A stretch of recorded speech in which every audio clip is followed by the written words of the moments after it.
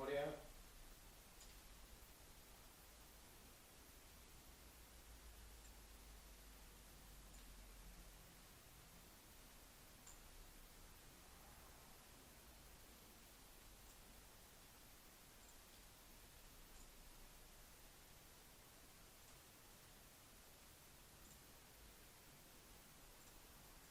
Just tweeting it out. Just hoping that the audio is okay. Just doing an audio check on that. Going to start in a few minutes with the HTC One Backpack, the VR Backpack. That's from, the MSI VR One Backpack with the GTX 1070 inside. That jetpack looking with the dual replaceable batteries.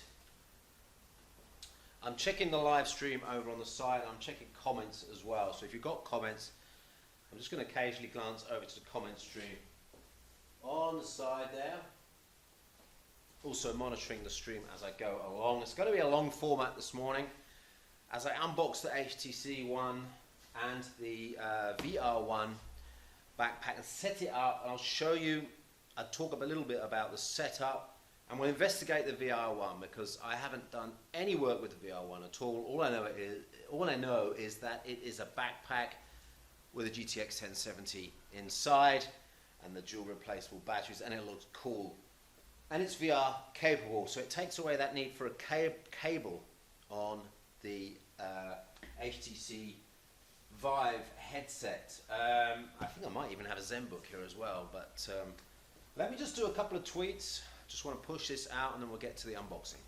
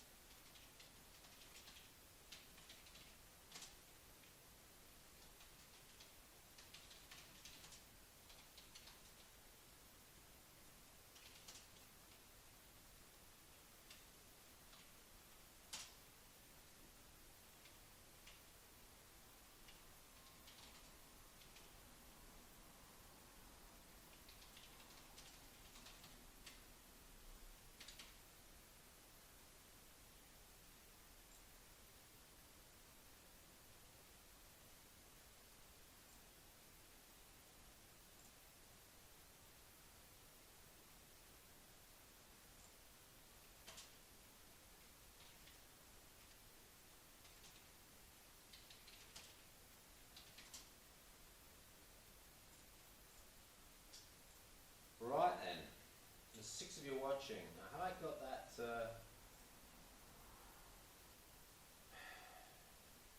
HTC Live HTC VR One Virtual Reality Gaming Category Privacy? 7 people watching now, and I am watching. So we're going to start. Thanks for watching.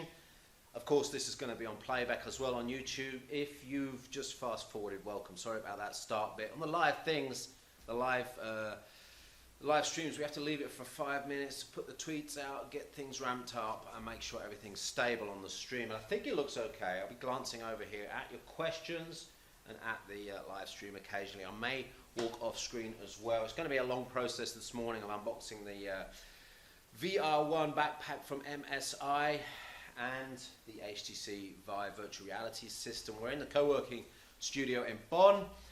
My name's Chippy. I run the High Blue studio here, and we do stuff for Notebook Check. Been doing it for over a year now, over 100 videos. So don't forget to check out the Ustream channel, YouTube channel, and subscribe for notifications. Don't forget to like this video and share it. It's going to be going on probably for an hour this morning as we go through the MSI VR One. A bit of talk about the technical stuff that's going on here. I'm just running off a Surface Pro 3 using an HDMI capture USB module. It's on the limit, so these titles we've got here pushes the Surface Pro 3 to the processing limit.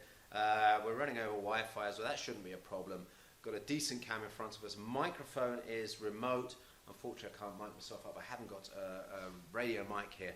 So hopefully the audio is good enough. I'll be monitoring that as well.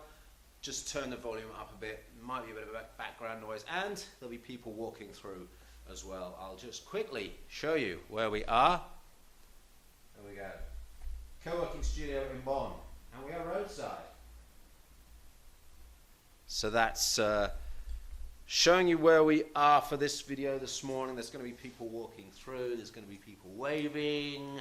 There's going to be people sitting down, also watching the unboxing here as well. Spread the word, share it out on Twitter, share it out on YouTube, share it out on Facebook. I haven't got the stream running on Facebook, but we'll hopefully put the word out there so you can join us here. 7 people watching. Let me go and get my knife and we'll cut the first box. As I said, not everything prepared next to me this morning. I'm going to go and get my knife.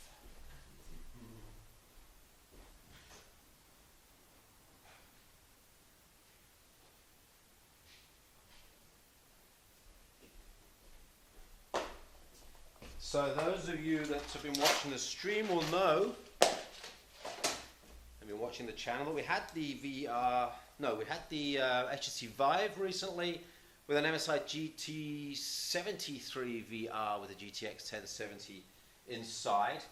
Now that was a lot of fun. It was a smooth experience. Actually, it was the dual GTX 1070. This is a single GTX 1070, so it's not going to be the highest end VR experience, but I tell you, the difference between that medium level and that high level settings on some of the demos is not that great for your average eye. Now, I know a lot of people will be able to see the difference, and over time, when you use VR, you'll obviously want to pump up the experience and get the most out of it that you can. I've got a feeling this might not be anything related to the MSI setup here. It might actually be a Zen book that I've got to review for the guys. I know, okay. There we go. Oh, yes. So, now if this is the VR One, I'm surprised. This is what? I wasn't expecting a laptop as well. It looks like we've got a laptop here. Or is this the VR One itself? No. This is... Okay, they've sent over a second laptop as well.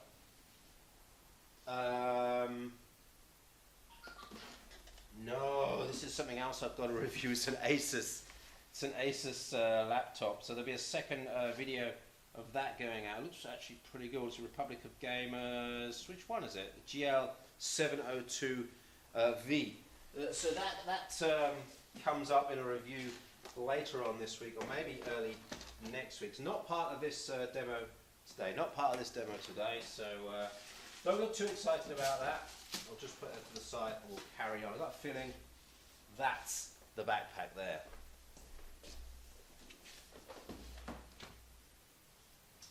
Yeah, thanks for that, whoever you are. Stop it with the trolling on the comments, please. Otherwise, we just don't do this. It's no point. Right. This should be the VR One Backpack. Now, I don't know how heavy it is, but I think we're talking 3 or 4 kilos. It feels pretty heavy. There's the box for the VR One Backpack. Just gonna, it's not light. It's not light.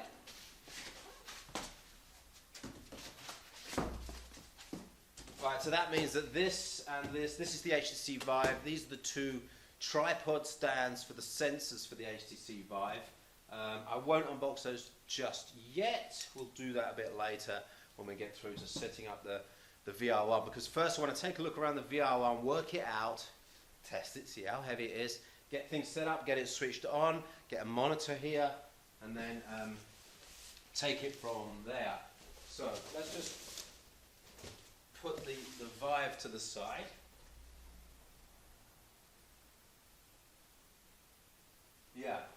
There's no one trolling because I just deleted the message, that's why. Hi Sasha, thanks for joining. Thanks to everyone else that's watching. There's a few of you watching now. Oh, it's smaller than I thought. And it's way lighter than I thought it would be. That's 2 kilos. Wait, the battery packs are not in there.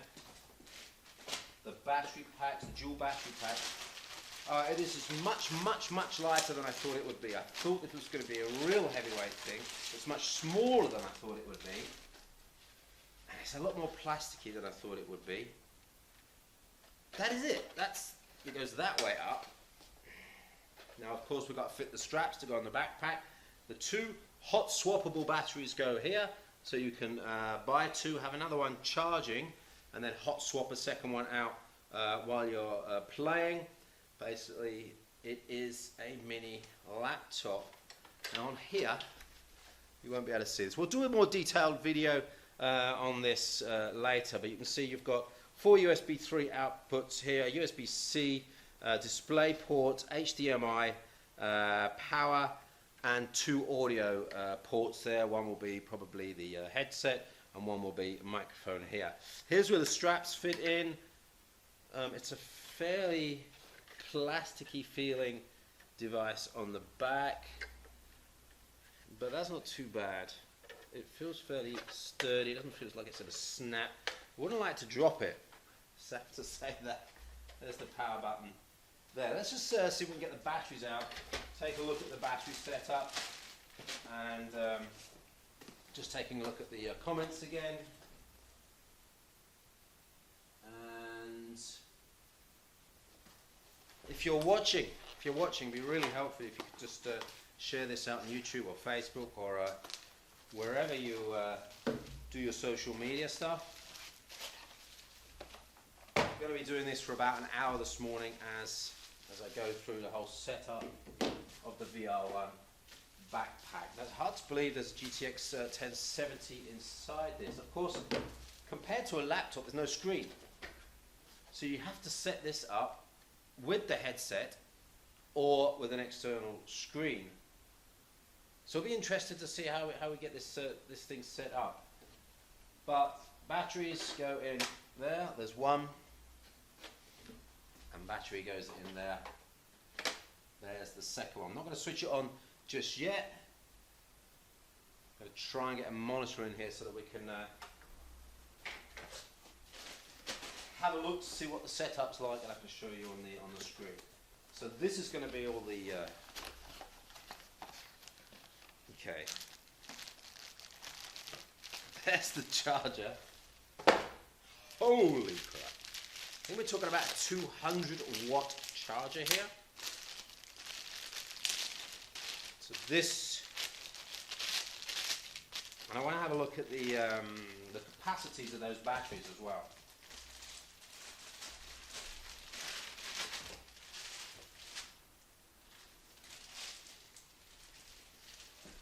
Thank you, Sekin, for your comment. Yeah, doing the live stream this morning basically because I think it adds value. This is one of those unboxings that's not going to be a 2-minute job. We don't want to do an image video job on it. We want to do a proper job. But the thing is on this one, I haven't had a look at the review yet. One of my colleagues at Notebook Check has done the review, and up front, the video that's going to come after this is a sponsored video from MSI. This is an extra thing I'm doing live, nothing to do with anything as part of the sponsor package from MSI, but I want to mention up front, some of the content related to the VR One on Notebook Check is sponsored by MSI, and we declare that on every post and video we do. This one is not, so I'm messing around here. Things can go wrong. You might see smoke today, which is always fun.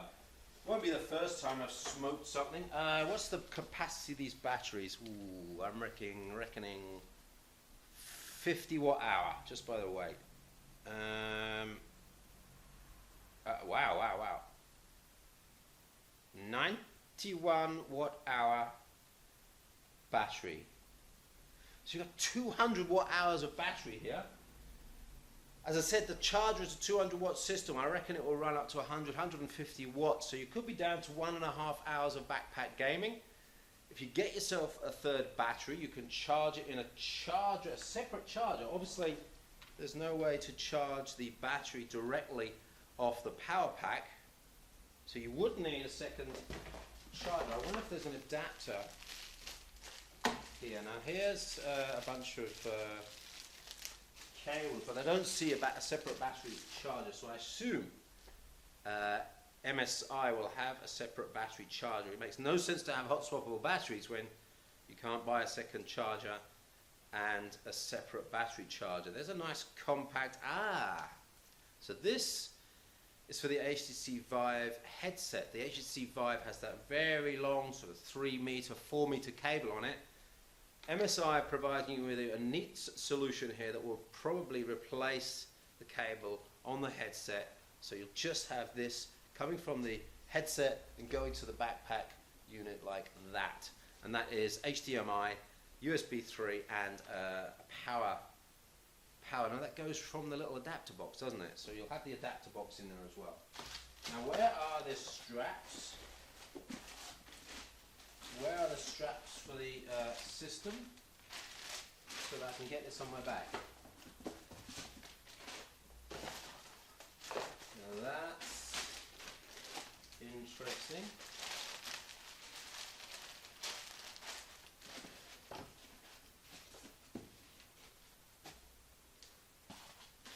I don't see any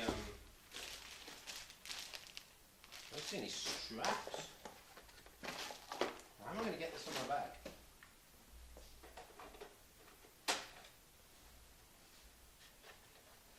So it looks like the straps just plug in on the top there. Don't get it. I might have to open the other boxes to see if there's anything else as a second package, but I'm surprised. Ta-da! There we go. That's what I was looking for. So we're going to have to fit this onto the... Oh, I'm starting to feel like I'm going. Man, you know, my son is 6 years old. He goes to school with this massive backpack on. I wonder what would happen if I put this backpack on and sent him to school. Right. I'm going to turn this over. I'm going to have a look to see how this plugs in here. But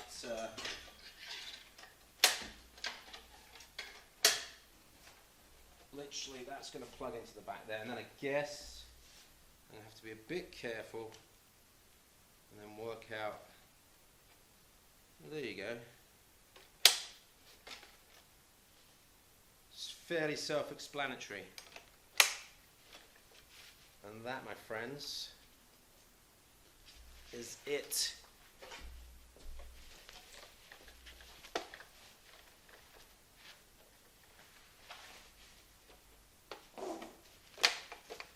I love it.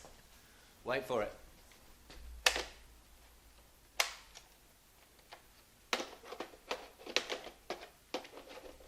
This is what you've got to learn to do. If you're a VR One cool boy,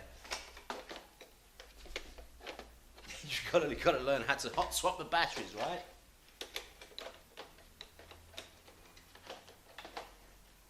Doesn't work. I thought that would be kind of cool to like take the battery out. So let's just pop that back in there. Okay, put it in the right way and it might work. Good, right, and what we need to do is get the monitor, connect it up, boot it up.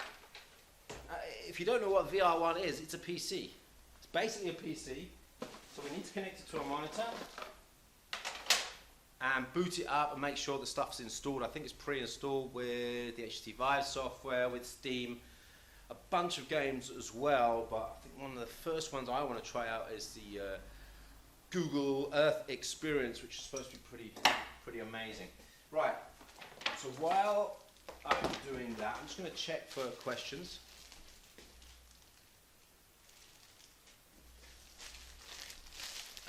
and we'll get this on charge.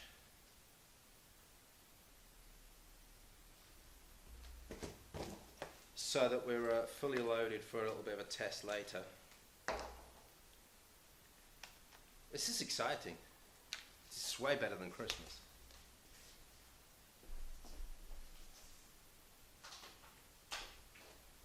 So, the big brick, there's the brick, 200, let's see what it is, I think it's 200 watts. 90.5, 11.8 amps, 210 watts or something like that.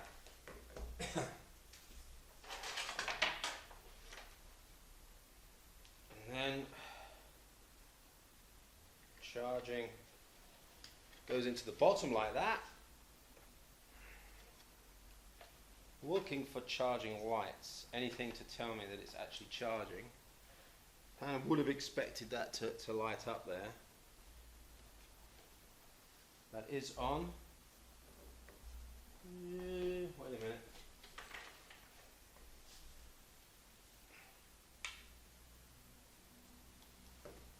Charger's on, but I don't see any light on the system telling me that it's actually charging. Maybe it's fully charged already, but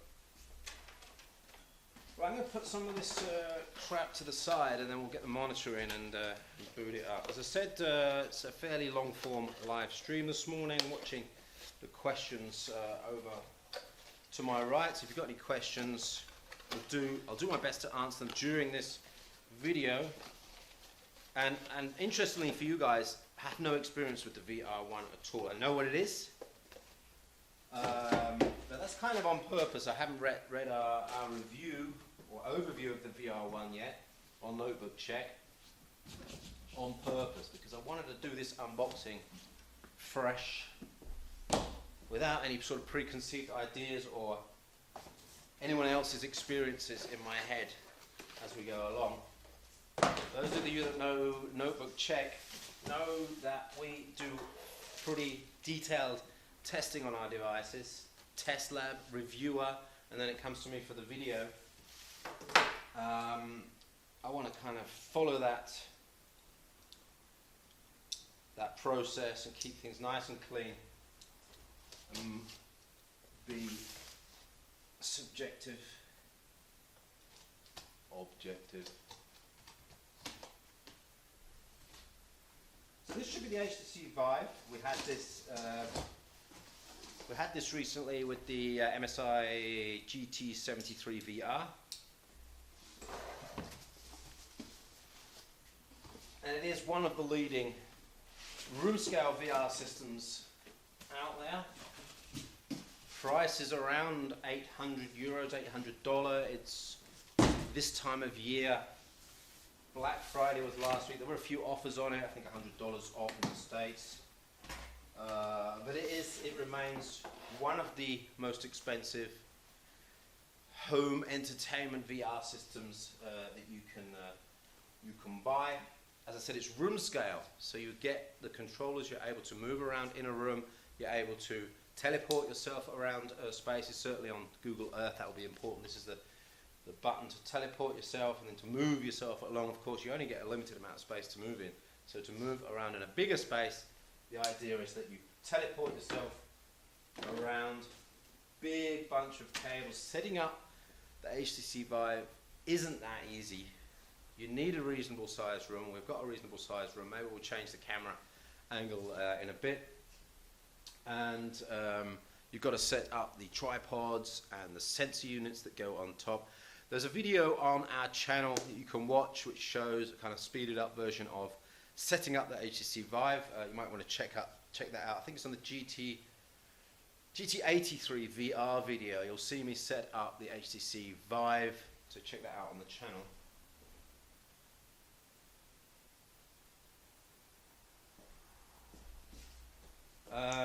Now let me get a monitor sorted out.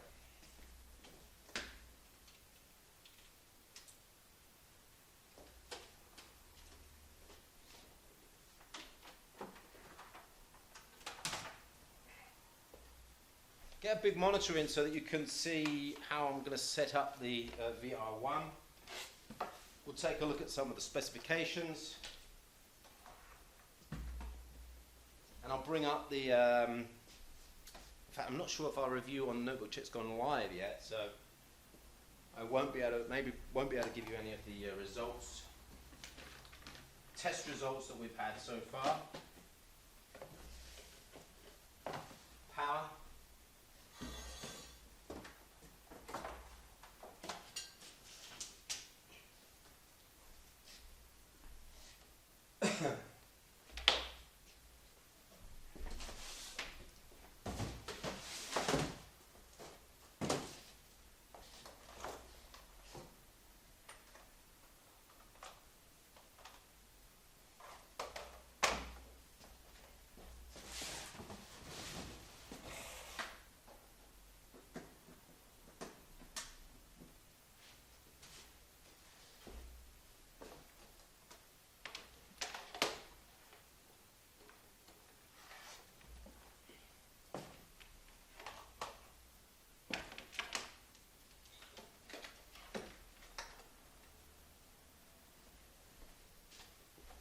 So that must be the DC output for the HTC Vive. So specifically there to power the HTC Vive headset. I'm not sure if that's a standard. Is that a standard for VR headsets? I very much doubt it. So MSI have designed this with the Vive in mind. GTX 1070 inside, Core i7 quad core, of course.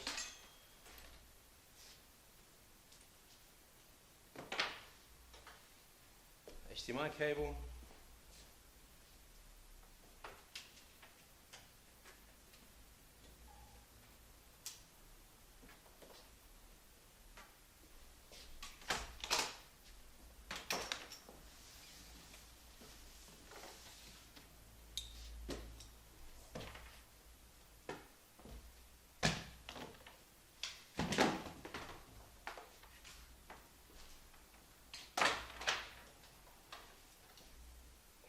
Plug a keyboard and mouse into that. HDMI out.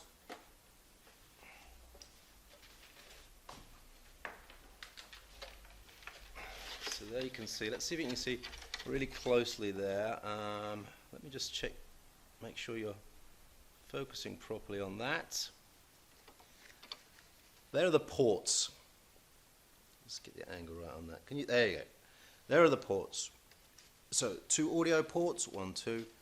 Dedicated DC output for the HTC Vive headset. Not sure if it works for other headsets. HDMI out, 4 USB 3s. USB-C, not sure what type of USB sits behind that. And display ports. So you've got 2 display outputs, which is useful because you'll be able to have the headset connected to the HDMI, and then you can put it down and connect DisplayPort to a monitor to do any work you need to do. Starting up systems, for example, starting up some of the games requires you to use the desktop. Now you can do that from the HTC Vive, get access to the desktop and do it that way. When I tested it, it wasn't that easy. Maybe you need more time, but you really need to get used to that. It wasn't so easy. There is a way to do it, but bear that in mind. You might want to start off with a monitor like I am and get things set up with a monitor first. So let's put that HDMI in here.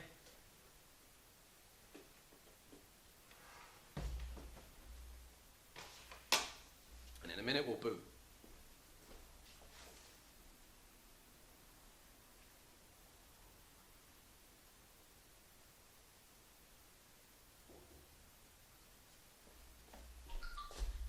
Video, I guess it does warm your back. I'd love to go outside with this thing. I really would love to go outside, walk along with the VR backpack, and maybe a live camera as well.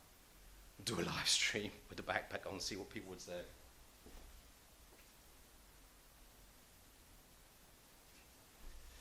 Gunnar, thanks for joining the stream. Hopefully this one's not going to cack out like they did last night. Running off the Surface Pro 3 again today, but I think it's fairly stable. I've got decent Wi-Fi here, and I'm monitoring it over there. So, and we're on mains.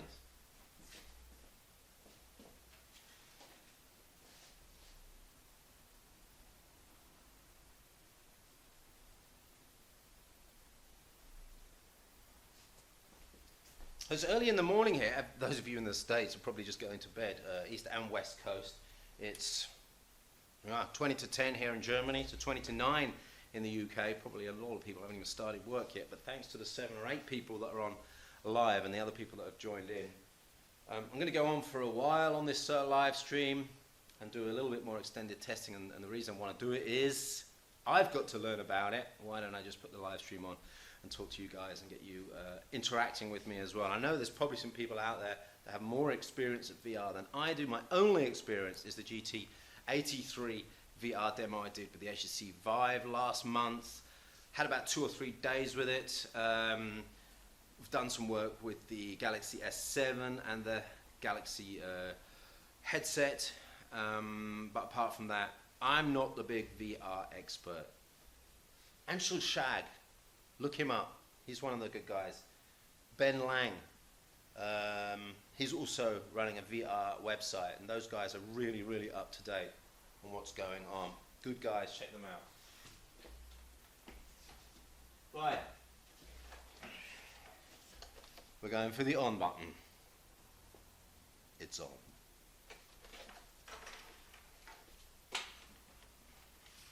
So I'm assuming there's a hard drive in here. Because of storage. VR games take a lot of space, and getting 1 or 2 terabytes of SSD in there is way, way too expensive. So I'm guessing that we're going to see a 1 terabyte spinning hard drive and a 250 gig SSD, 16 or 32 gigs of RAM, I'm not sure. We're going to check out all the specs in a minute, and I'll tell you, but that's what I'm guessing as a baseline here. GTX 1070, not the 1080 I don't think on this one, and a quad core Intel Core i7 Skylake, I think.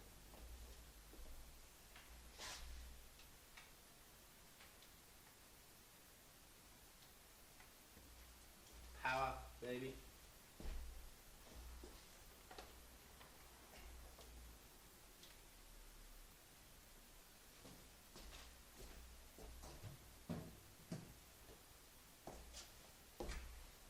Power.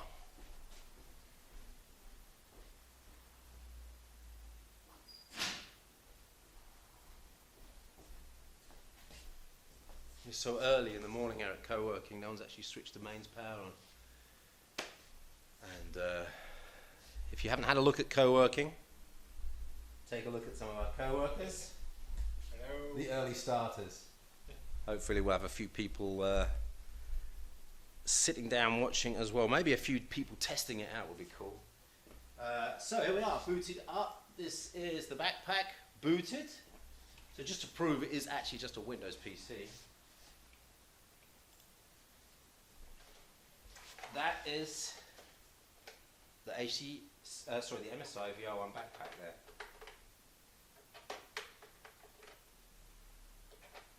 Plug that back in. Hello?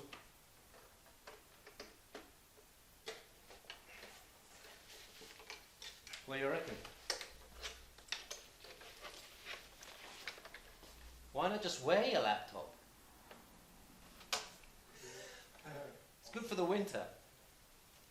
150 watts of warmth on your back, which is why there's this air gap between, can you see the frame? There's a plastic frame there and an air gap of about 20 millimeters, 30 millimeters, which is there for a reason. You've got to get some airflow. So, I don't need to wear it.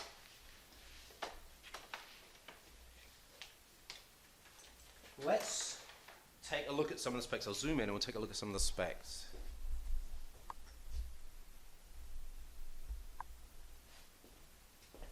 Right, I'm also watching the comments on the live stream. Adam Sorry mate, I can't give you help right now because I'm busy with the VR One. Specifications wise, what did I say? I said I think it's going to be 16 gigs of storage, of RAM, and then a combi SSD and hard drive. 16 gigs of storage, Core i7 quad core, that's a 6820HK. I'm not sure if that's the overclockable one. And then in terms of graphics card, I mentioned the GTX 1070. There's just one of those inside, so it's not the SLI configuration. GTX 1070, and in terms of storage, there is only one disk in here, which I'm kind of surprised but pleased that there isn't, because I think this is just a single 1 terabyte SSD or a half terabyte SSD. Let's have a look. It's a 256 gig SSD in 2 partitions. That's kind of limiting. I understand why they've done that, because a terabyte SSD would be too expensive, but you have to have SSD because this is a system that's going to get thrown around, and having a hard drive in there could be a major problem. So 256 gig SSD inside. Of course, we're going to have fairly decent Wi-Fi in here. Yeah, we've got the killer wireless AC Wi-Fi in there. Killer, known for having a high-end Wi-Fi performance, NA and AC. It's the 1535. So we're connected here. Well, actually, let me just connect to our AC.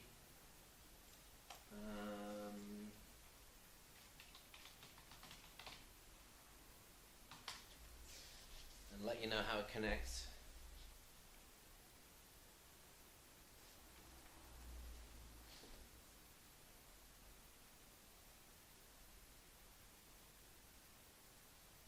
No, 10 people watching live.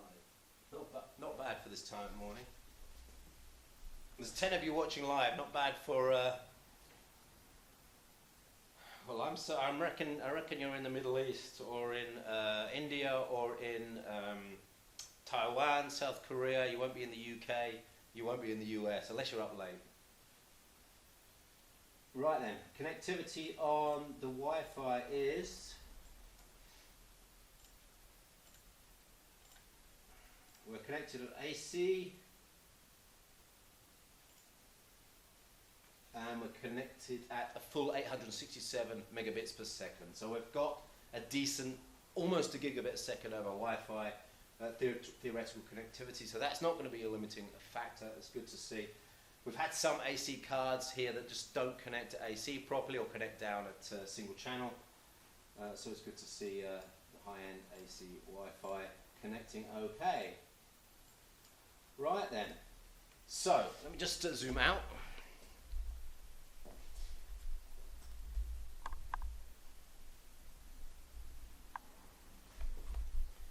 What we'll do is we'll get the HTC Vive set up now. I've got the stands here. It'll take me a few minutes to get that set up, and I'll talk you through it as well. You need space for it. You can do it in a sitting, static position, but the HTC Vive is room space virtual reality. That means you can use a good 3 meters by 3 meters space, and it's perfect for co-working space. Our studio here is perfect for it. We've got a 3 meter by 2 meter area we can use where there's no seats here, and we'll set that up and take a look at that. Let me just get that set up for you. It's going to take a few minutes. If you've got comments, put them on the comment section on the live stream. I'm looking over there to see if there are comments, and I'll try and answer any of your questions as we go along.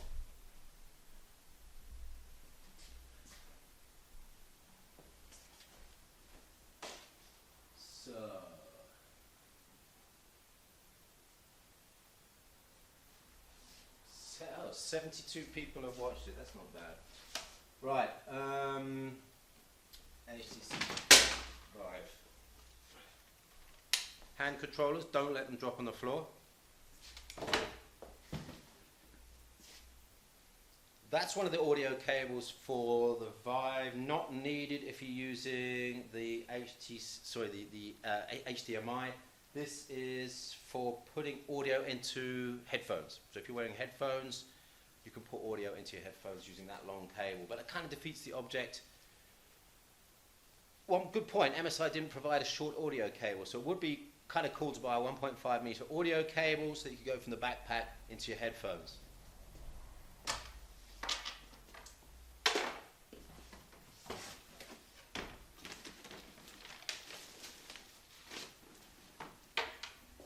And this is the problem that MSI are trying to solve.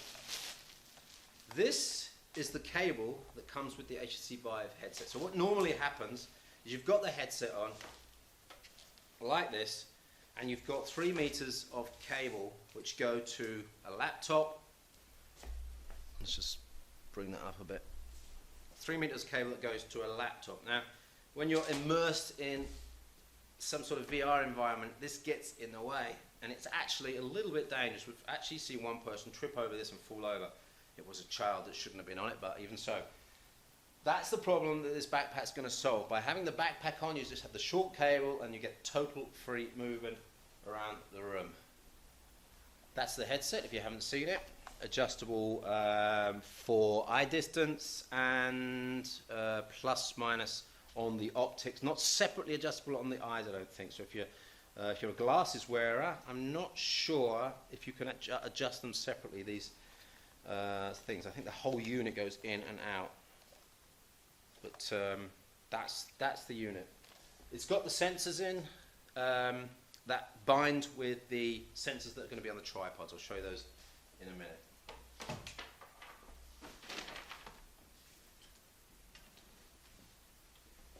Those are the 2 sensors that go on the tripod. So what you do is you put them at the corners of the room, and they will talk to each other. You need to power them separately, so there's a lot of power going on here.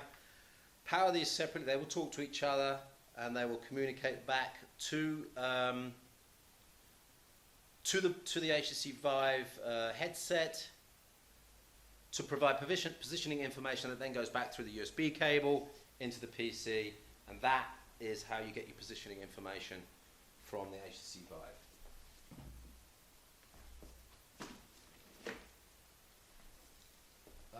Interestingly, okay, I found another MSI cable. That's probably from our tester. It looks like a duplicate cable. I'm pretty sure you're only going to get one of these from MSI.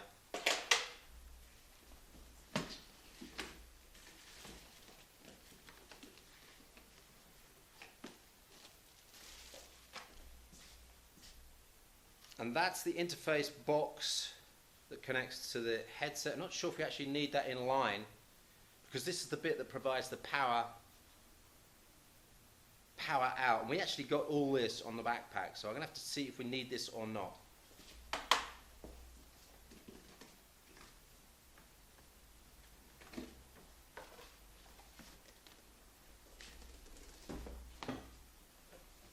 Yeah.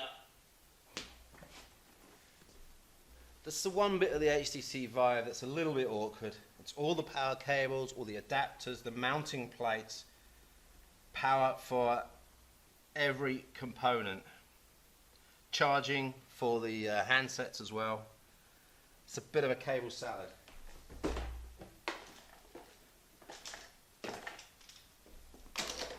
Right, let me unbox the tripods and get those set up, and I can show you how to set up these sensors.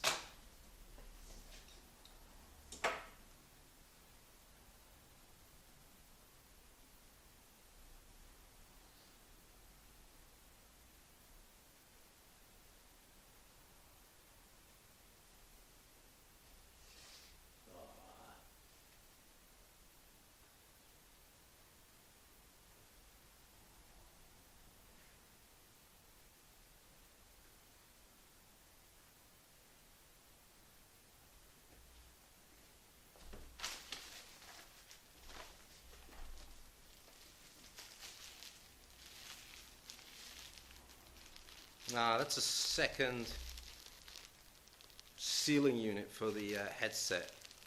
Yeah, can get sweaty in there. Ah, it's the narrow face one. Okay, actually in the last demo device we had, we didn't have the wide and narrow face adapters. I hope these are washable.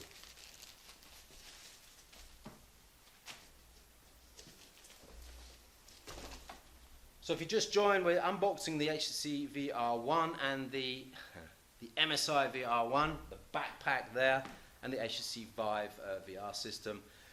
This morning, this video is going to run for a while. I'm watching your comments.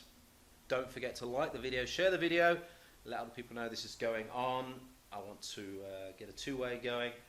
It's early in Europe, not even 10 o'clock here in Germany, coming up for 9 o'clock in the UK. In the US, you're probably all asleep, or you should be. So I'm guessing I welcome Middle East, India, Taiwan, South Korea, Japan. Anyone from China? Italy. You're usually interested in this sort of stuff. Where else? Eastern Europe. Anyone from Eastern Europe? As we go along, I'm sure there'll be other people joining. As the rest of the world wakes up.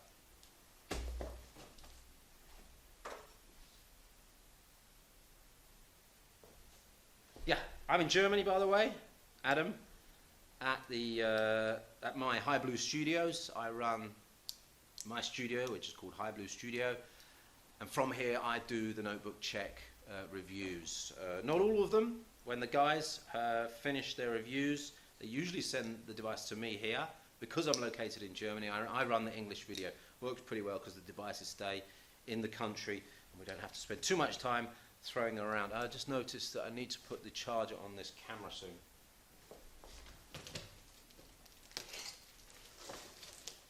So these are the tripods. You can use standard tripods. And I've got a couple of lamps here, tripods, 15 euros each, I think. They do have a standard fitting on the top, which would work with the sensor. Is it a 1/4 inch? I'm not sure what the size is, but it's a standard camera style mount, which you'll find. Wait. This is a monopod that I bought with a standard camera adapter, and that is the way you'll generally set it up. And I don't advise using a monopod with short. These are the feet I've got on here.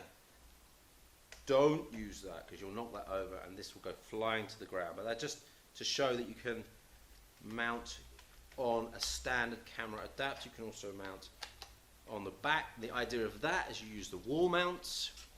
So if you want a permanent installation, you use the wall mounts, and of course a lot tidier. Now, cabling, these need to be powered up, so you need to think about cabling as well. Keep that all nice and tidy.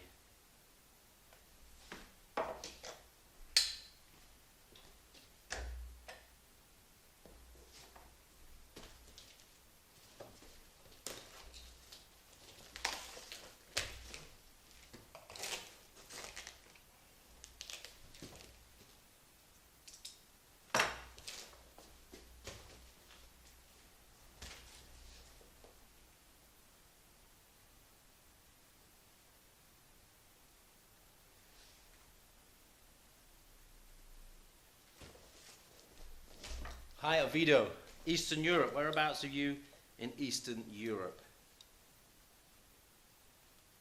It's a big part of the world, Eastern Europe. And a part of Europe I like. I was in Ukraine a few years ago. I've got a lot of other places on my list. Croatia, Romania, Transylvania. I've been invited to Transylvania actually. Is that still part of Romania, or have they got their independence yet?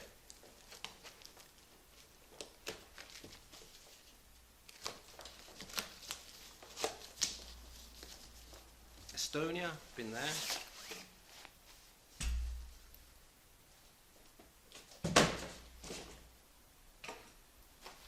So as I said, standard tripods. These are, I think, lighting tripods as opposed to camera tripods. Lighting tripods have a slightly bigger, and I'll show you this. Standard lighting tripods have a slightly bigger, actually this one doesn't. Usually they have a slightly bigger connector on the top.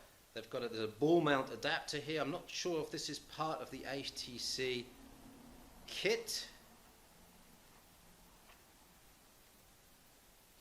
but the sensor goes on there. And that makes sense to have a little, well, let's just put that there, have a little movable adapter that you can lock down into positions, because you need them up around 180 centimeters, so that's about here. Says the 176 centimeter tall guy.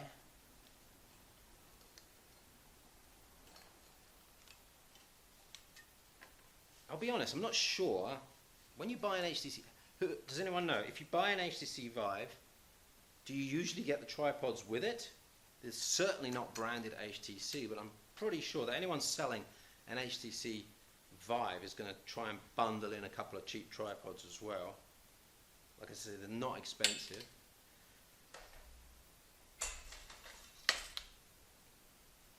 And you want it at about that. You can't even see.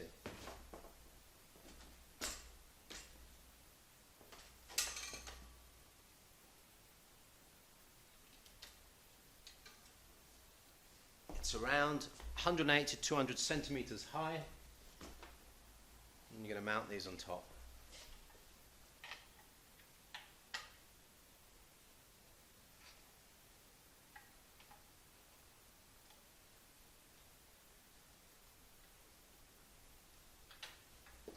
I'll just bring that down for you.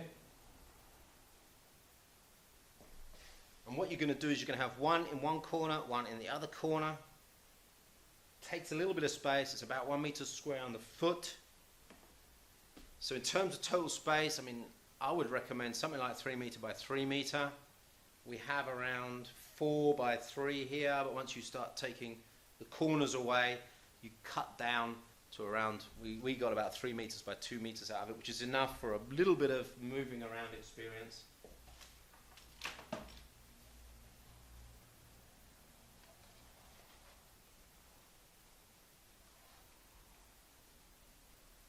And my question at this point is, these cables don't come out, right? So if this cable doesn't come off,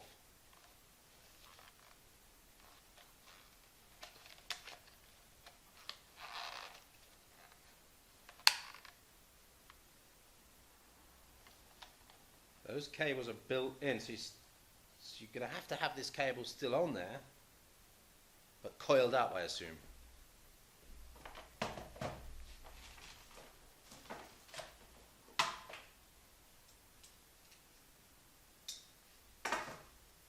So let's just try plugging the headset into the backpack. And to work out a few cable combinations to see what the tidiest solution is.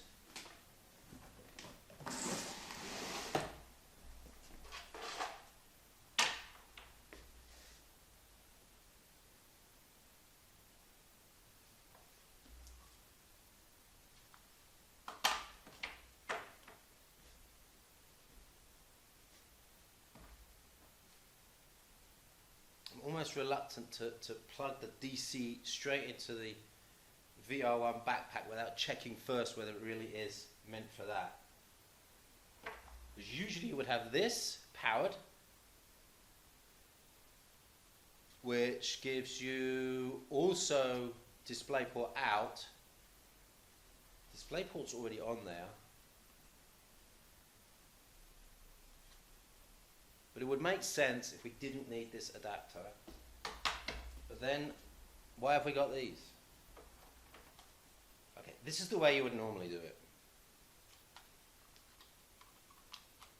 We'll try it this way first.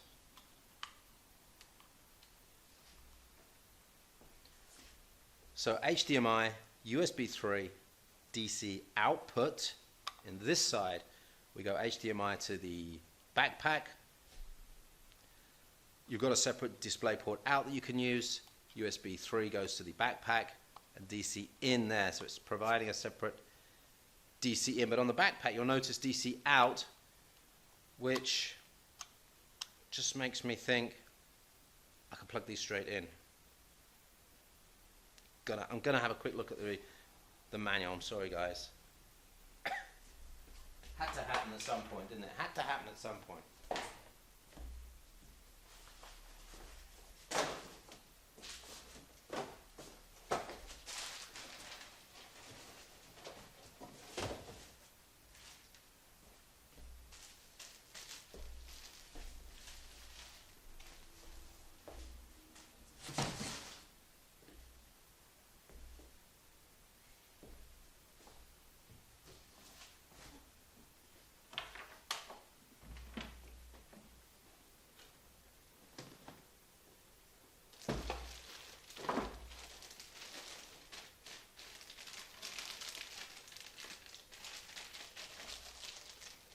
Almost embarrassing because my colleagues at Notebook Check haven't opened this, and yet I have to. I'm just looking for a quick setup guide. I just don't want to plug in that DC without knowing whether it's yeah, you can. The headset, you see on the manual here, says plug in the headset. Okay, it says here, if you're an HTC Vive user, replace the Vive headset cables with the 3-in-1 cable for Vive for immersive VR experience. So you can replace the Vive headset cable.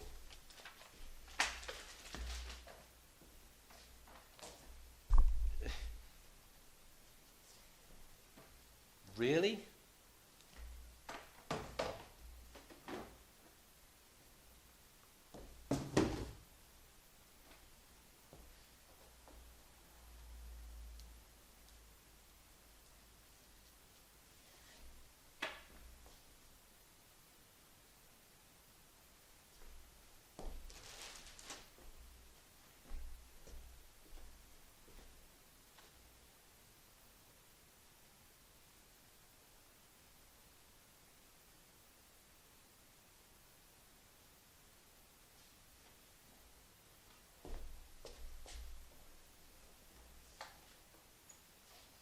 Can I get this off here?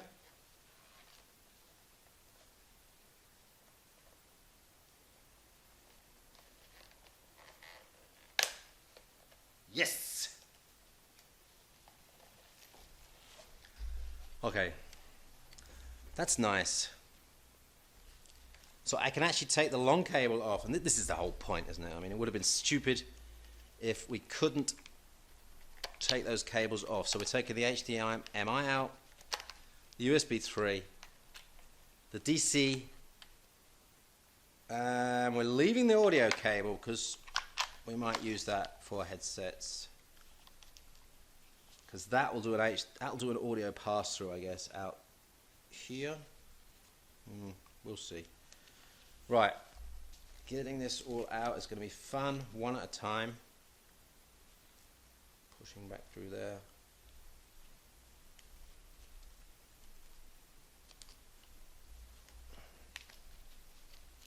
Right, we take this out. We can get rid of that horrible long cable.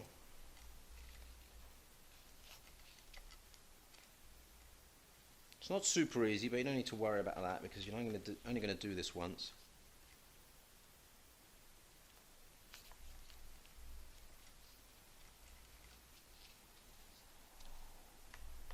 Okay, right.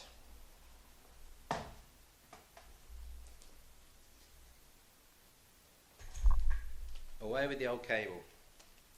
That's the old HTC Vive headset cable. So we're now going to take the MSI short cable,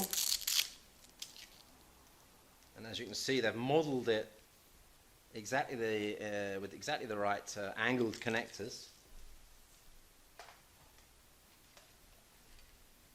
We'll push that through there.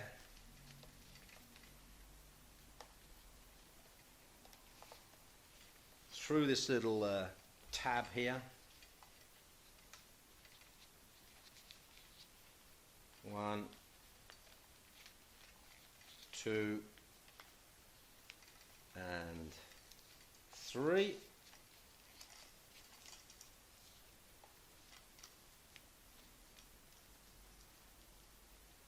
And through the last bit here,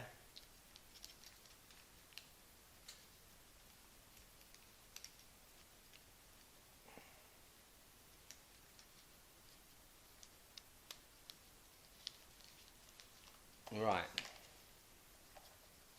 So now, let's see if you can you see that? Can you see in there? There are the connectors. So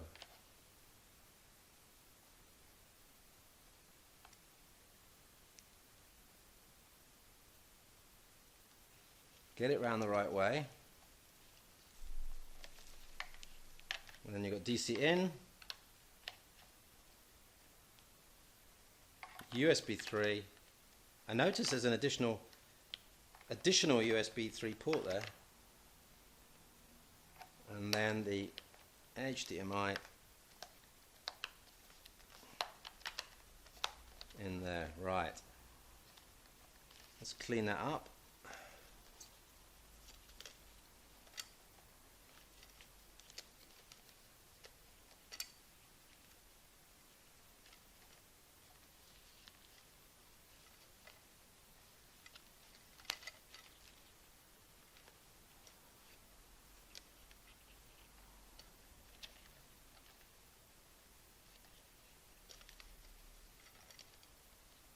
And then we can slot that back on.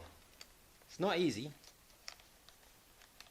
but as I say, you only need to do this once.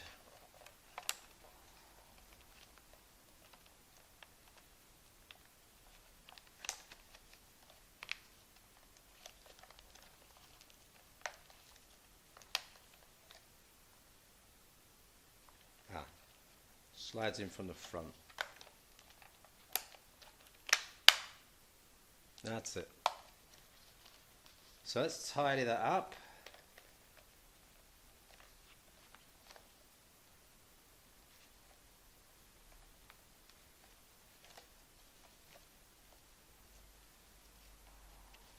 It's looking good. Not perfect, but good. Don't know why that one's slightly longer. And that's it. That's the whole reason to have the VR One Backpack. You get rid of 3 meters of cable and you get that freedom there. So now we can plug the headset into the back of the VR One. But before I do that, I need to put mains power on this camera. Bear with me for a sec. I'll also check the comments. I'll be back in a minute.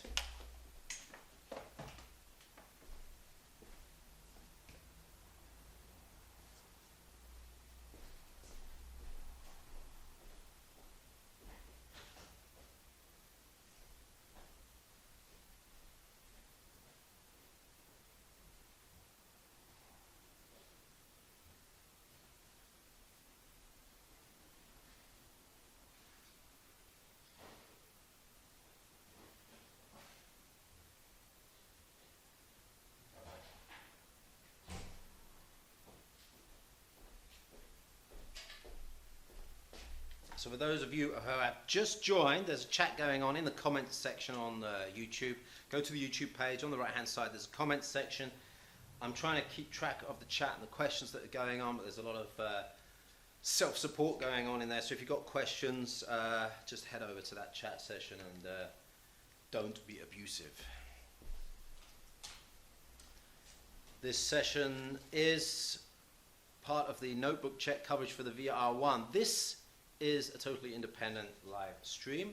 Some of the content for the VR One is sponsored by MSI. We'll let you know which content is sponsored. I don't think anything has gone up yet on the site, but we're preparing an overview of the VR One and the HTC Vive for you, and that is sponsored content by MSI. And the second video I will produce of the VR One is also going to be supported by MSI, but we've got pretty much freedom to show you everything, and this is the kind of warts and all bit to give you an idea of, well, you'll see how long this stream has been going, probably nearly an hour now, Of course, I've been chatting and showing and demonstrating as we go along, but it's not the quickest thing to set up. You're going to need some time. Let me just plug this in. I'm going to monitor the audio, make sure there's no feedback.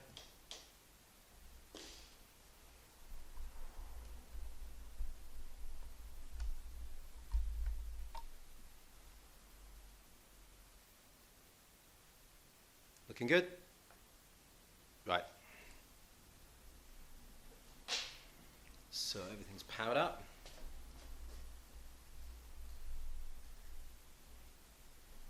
For those of you that are interested, we're using a Canon HF G25 camera here, HDMI out into a USB grabber, going into a Surface Pro 3 using the Elgato game capture software. Couple of text overlays going out to YouTube using their direct YouTube streaming functionality. It's working nicely. It's working at its limit. Surface Pro 3 is not the best device for this, but I wanted to test the Surface Pro 3 because I think that's a nice mobile solution with this setup. You might see me do more of these live stream setups in the future if this works out nicely. And don't forget to share, don't forget to like as well. Please, if you can, share this on your social media networks, like it on YouTube, share it on Facebook, share it on Twitter, and anywhere else you can. Even embed it on your VR website right now so that people can get a good view of this. And if it's not helping you, you could give us a thumbs down. Comments are coming in, and I'll try and answer all your comments. I'll try and take note of the comments. If you're abusive, you'll get an instant ban.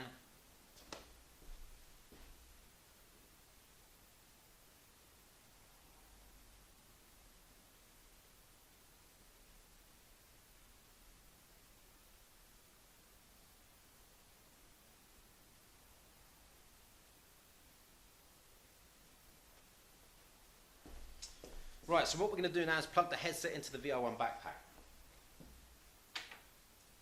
Let me just show you. On the backpack are 4 lamps that show you whether the batteries are charged. Now, behind me you can see the backpack is connected to this screen. Power is now off. I'm going to remove one of the batteries because these are hot swappable batteries.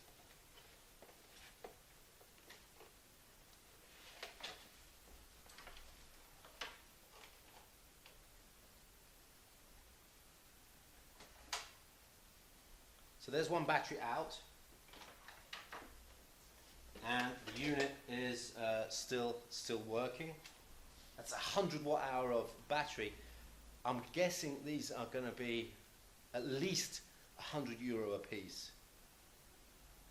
At least. And you're going to need a separate charger for them as well. If you want a third one that you can hot swap out, you're going to need the charger as well. And I'm not sure the pricing or even availability of charger, but it would make sense if MSI had that.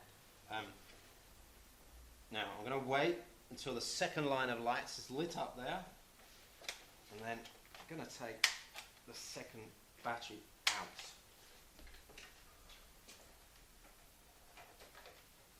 So the second battery is out. Obviously the first battery still in, just to prove that is the HDMI port.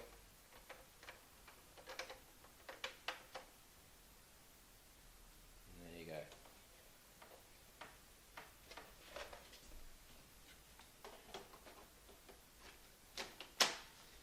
Weight and size of the unit, much less than I thought actually. I thought this was going to be a 4 kilo unit. Feels like about 3 kilos, and but it's much smaller than I thought it was going to be. It's a full SSD unit, no hard drive inside. This one's got 16 gigs of RAM and a single GTX 1070. We've got quad-core Core i7 CPU in here, and it's time to connect the headset. What I'll do is I'll get myself a DisplayPort adapter so that I can run DisplayPort to this screen and then HDMI to the headset so you can see what's going on in the headset. Bear with me. DisplayPort Display port is somewhere. Wait. Comments. Chat in the comments.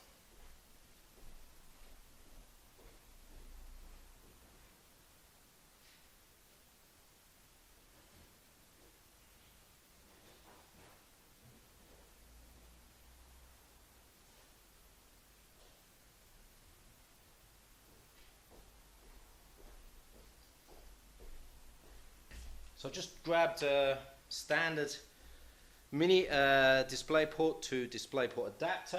We're going to take that from the backpack into the screen so that I can then connect the headset and you can see both things going on.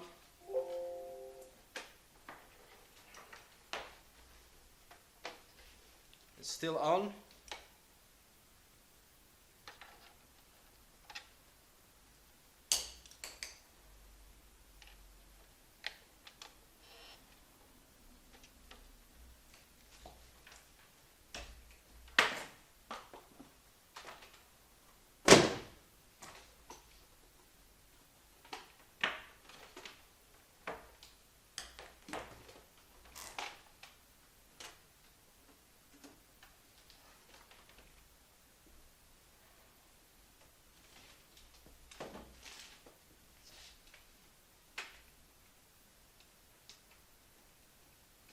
Now we're on DisplayPort off the backpack so that when I connect the headset in, you can see what's going on.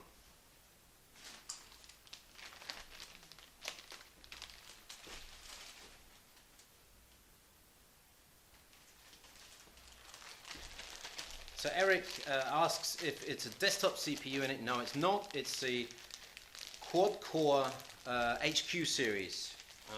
Is that a 45 watt TDP mobile processor? It's not a full desktop processor inside, but it's the Core i7. It's the high-end one, and I'm not sure if that HQ. I don't think it is. I think it's the HK versions that can be overclocked. This is the HQ version. Now, of course, in a device like this, having a massive amount of fans is going to be a problem. There's the fan out input. Output, I would say there. What you don't want is a massive amount of noise. So there's quite a bit of thermal restriction in terms of design here. You can see there's a big gap, an air gap between the device itself and your back, and that is obviously to ensure a bit of airflow going through there, because you don't want this, or potentially 150 watts of power just thermally discharging on your back. That's not going to be a nice experience. So that's why probably it's a fairly tight design. It's not going to be I bet it's not up there with some of the best of the dedicated gaming laptops, but it should be good.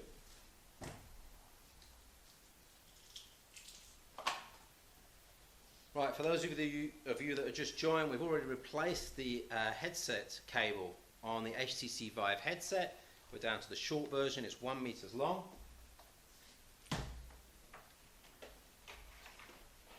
We're going to plug that in now.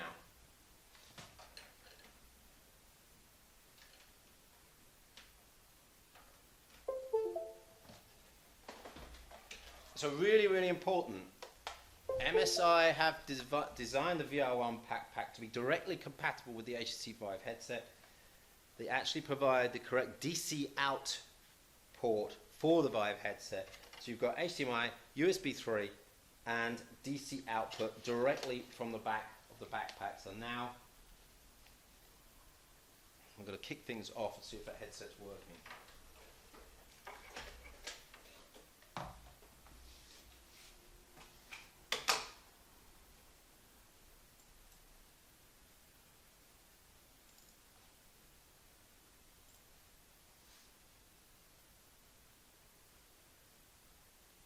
As I do that, I'm listening for fan noise. I just started to hear the fan. Speed up. It's not noisy, but you know, I got the feeling it's quite a big fan in there. It was quite a low rumble. I got a feeling that's a big fan inside. Big fans are good, by the way. Low, kind of a low tone rather than a high-pitched noise. we're just starting. Now what I need to do is set up the sensors. I just need to set up the second sensor. Let me do that.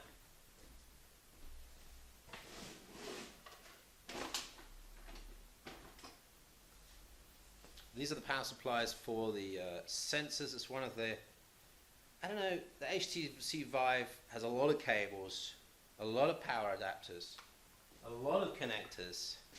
I think that's one of the downsides of the HTC Vive system. When you look at things like the HoloLens self-contained unit that has the detectors and the sensors built into the headset, so you don't actually need external sensors. Having said that, I love the lack of latency on this. It is absolutely perfect, very, very accurate.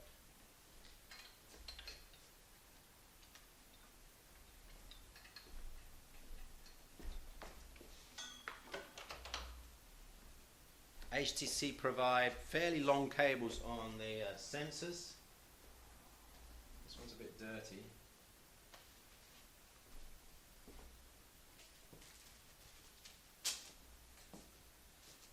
Just going to clean that up.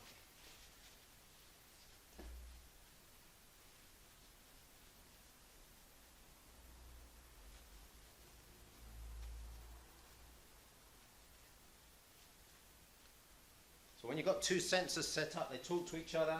Once they're synchronized, then you get a notification down here.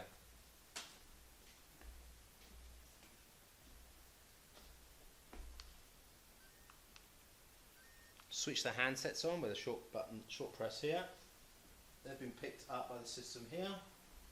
We've got one sensor ready. I just need to get the second sensor set up.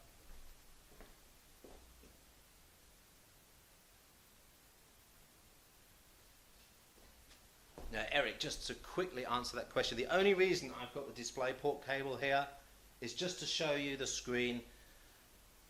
We can run the system without the DisplayPort, without an external monitor. I mentioned at the head of the video, at the top of the video, that there is a user interface for the desktop you can use to drive the whole system. It's not as easy as using a desktop, but for this demo, I wanted to show you how that looks. You don't need that DisplayPort cable in there when you're using the system. It's completely untethered.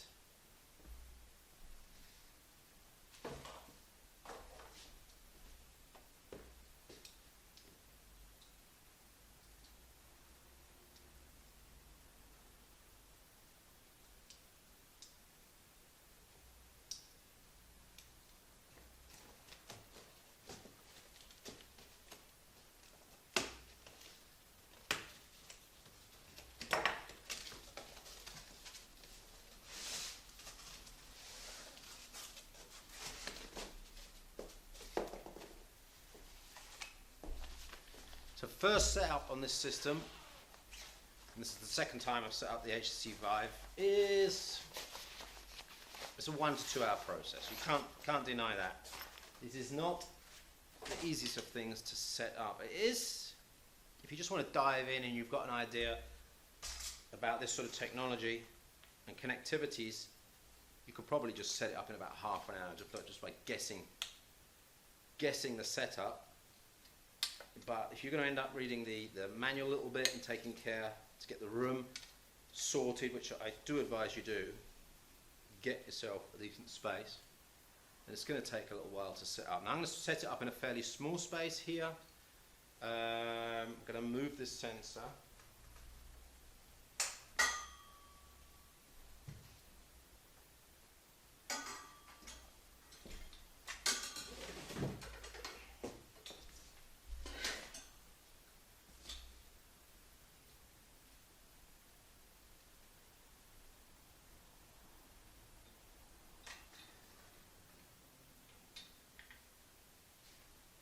Right, the one sensor is there, and then I'm going to put the other sensor opposite that, diagonally opposite that, over here.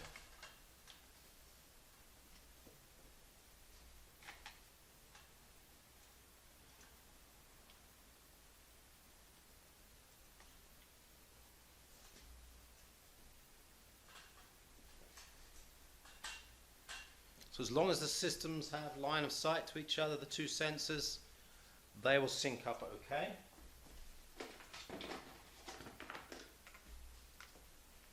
There's the second power cable. Long, I guess about 3 meter cable on that.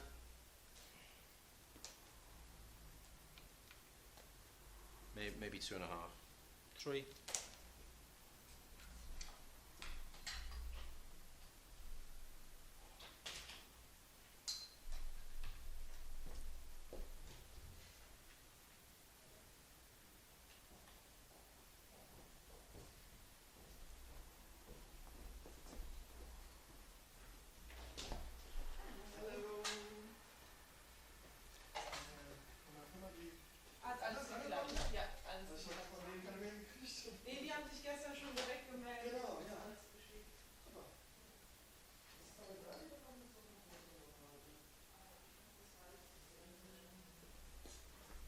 Right, we've got B, you can't see that here, I'll just lower that down for you.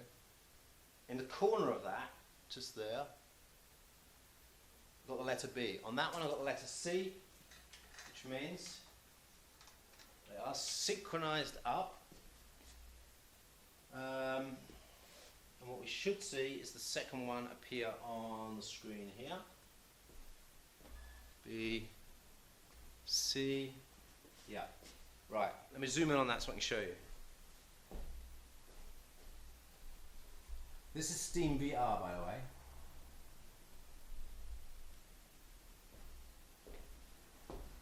So you can see, headset is connected, 2 controllers are visible. 2 controllers are on but not visible. Now I need to put those controllers in the middle of the room, visible to the sensors, and then they stop flashing, and then we've got the 2 sensors there. So we're ready to go. Steam VR is ready and set up to go.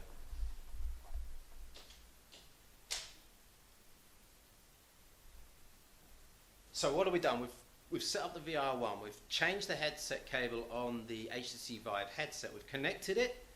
We've checked power on the VR One. The 2 batteries are in there. We've got the sensors, 1, 2, they are connected. We've got the controllers, 1, 2, they're visible by the sensors, and Steam VR is showing that that is running. So what I'm going to do, going to go to, let's see, I don't even know what demos we've got here, but I'm just start up the Vive app, and through that I'll see what library we've got, and then we can get going. So in my library,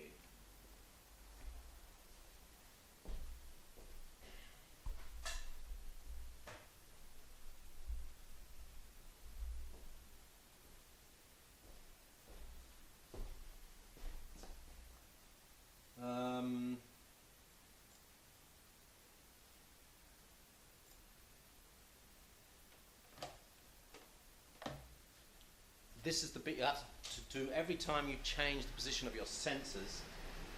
And so what we're going to do is we'll do small room scale. And the idea is you use the, sorry I can't see what's going on here, use the controllers to map out the room. And we do that. We haven't got a lot of space. Oh, sorry.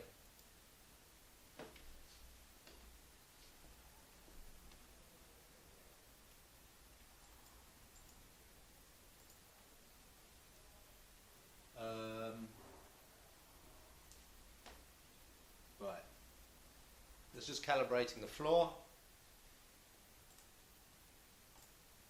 And then we literally take our space here, and we've only got a very, very small space.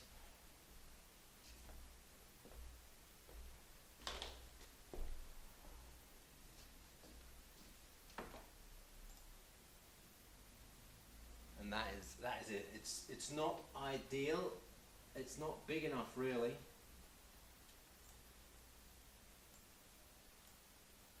In fact, it's saying it's too small. There's not really much I can do except move the camera back, but then we're going to lose a bit of audio.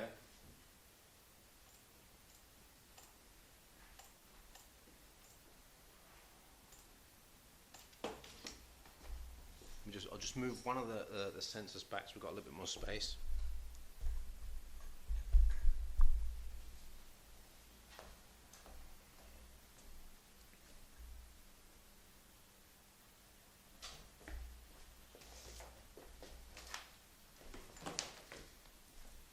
And then we'll try that again.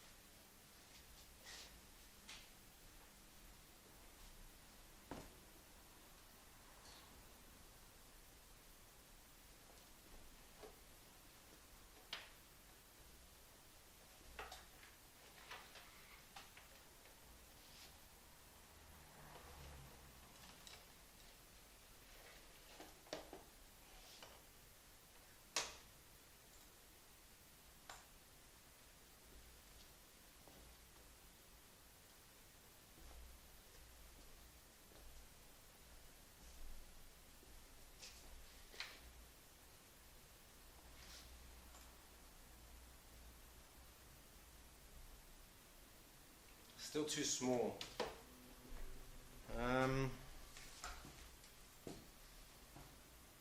Right, move some lights around here.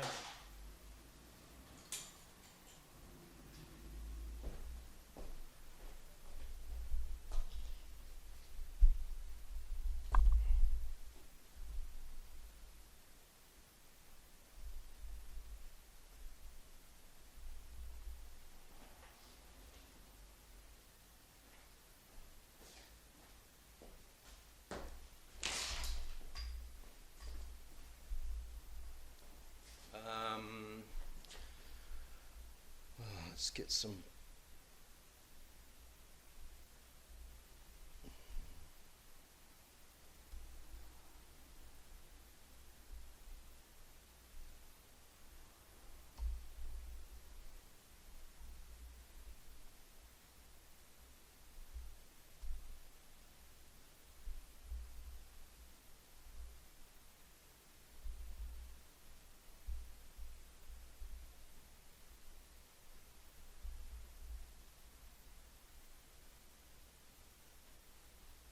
Right, if you just joined, I'm trying to set up the room for VR.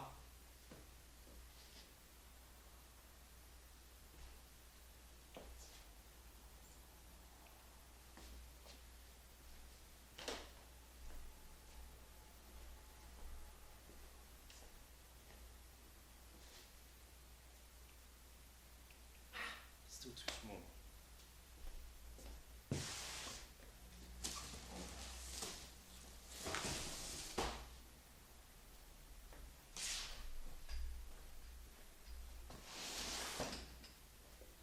Of course, if I didn't have the table here, in fact what I'll do is I'll just go straight to the wall.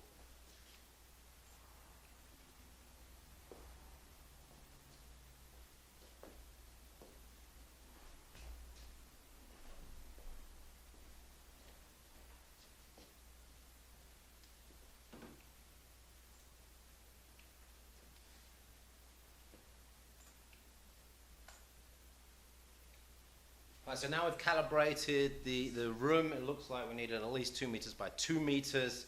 There's just got so many lights and cables here. And that table, of course, is getting in the way a bit, so I'll have to be careful where I move.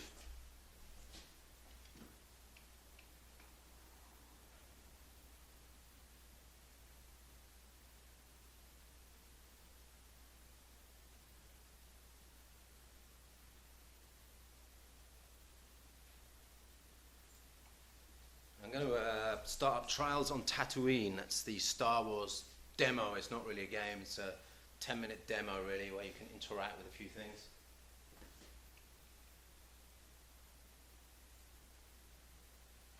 What you'll see on the screen, actually I'll try and do the goggles preview on the screen so you can see what I see. I have to be a bit careful because I've got the I'm going to have to do it first without the DisplayPort cable in. so that you get the idea that I'm completely free of any cables. And then I'll put the DisplayPort cable back in, you can see what I can see in the goggles.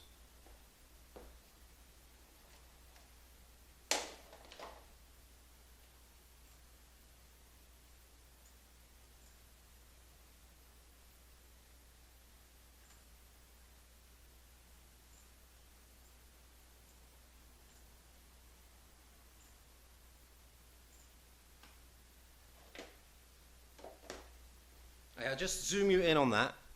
That is quickly what I see in the goggles.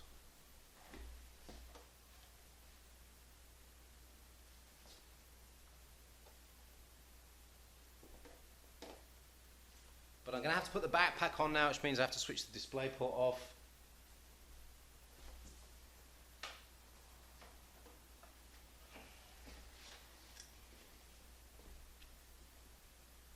There it is. MSI VR One and the HTC Vive with the modified cable. We're running off battery. I'm just about to start the Star Wars Trials on Tatooine.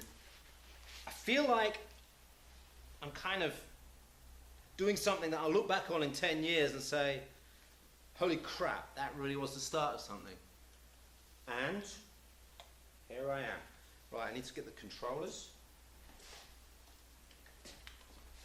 And I'm going to widescreen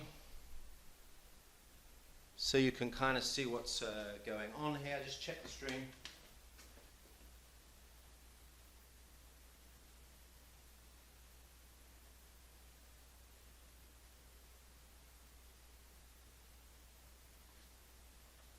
And now would be a good time to share the video. In fact, what I'm going to do, I'm going to put it on Facebook. Just share it to Facebook before I go for it. Because I just want to get this out there.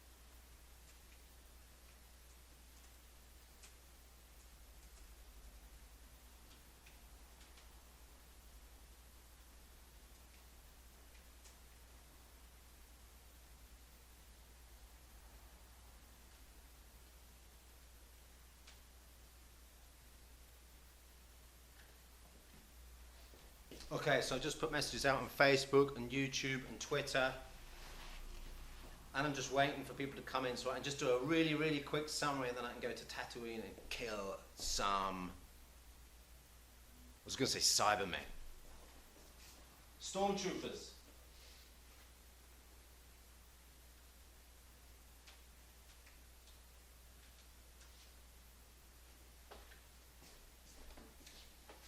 So if you just joined the stream, I'm with the MSI VR One Backpack with the GTX 1070 inside. There it is. Dual battery packs, hot swappable, and the modified MSI cable for the HTC Vive headset. So I'm running completely independently of any cables, and I have a GTX 1070 experience here with the whole HTC Vive room setup. I've got a minimal room space of around 2.5 by 2.5 meters, not optimal, but it's because of the camera and the lights and stuff that I can't really set it up too far now.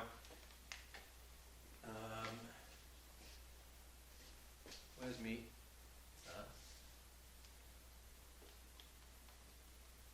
Hold on a second. Why is that not started?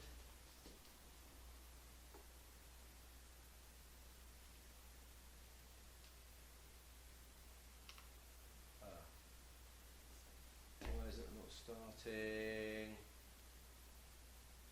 So this is really kind of uninteresting for you, isn't it? But I can now go to the desktop.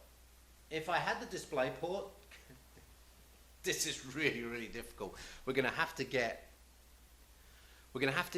a, just thinking if we got one, a wireless HDMI. No, we need a wireless display port because the HDMI is used to go from the backpack to the headset.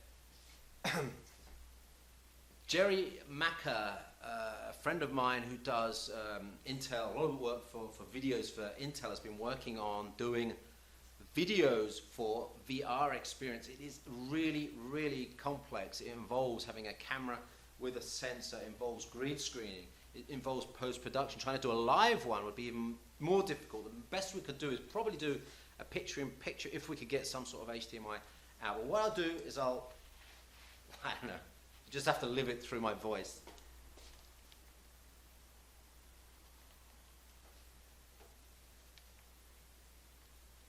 So there was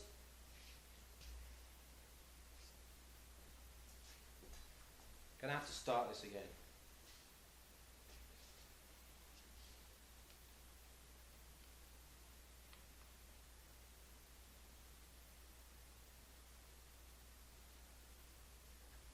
So I'm on the desktop now, just closing off some. I really, really, really wish you could see this, but I'm actually using the desktop application because, of course, there's no keyboard, no mouse, no screen connected here. I'm going to start up the HTC Vive app.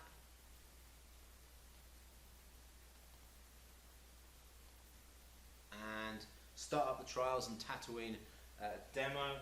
It's really cool that there's no cables around me. I just have to locate myself. It's really, really cool that there's no cables underneath me at all, nothing to trip out. I feel a lot more mobile than I did when I tested it with the MSI GT83 VR recently with the long 3-meter cable. You just get that feeling. The backpack is fairly light. It's an SSD based system, so there's no worry about messing up any hard drives in here. I just want to somehow I'm not getting perfect.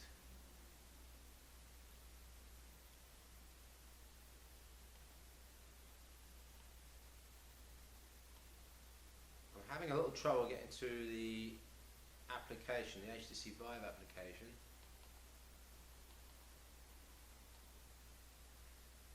The overlay is not working on it properly, so I can't actually start the game. That's weird.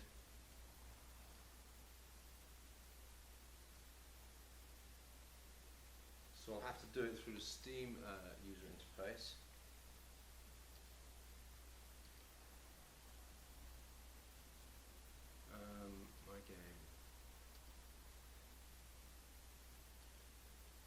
restart that. Should be. Okay, we're back in the. Oh, let's see. Finding this really difficult to demonstrate. Right.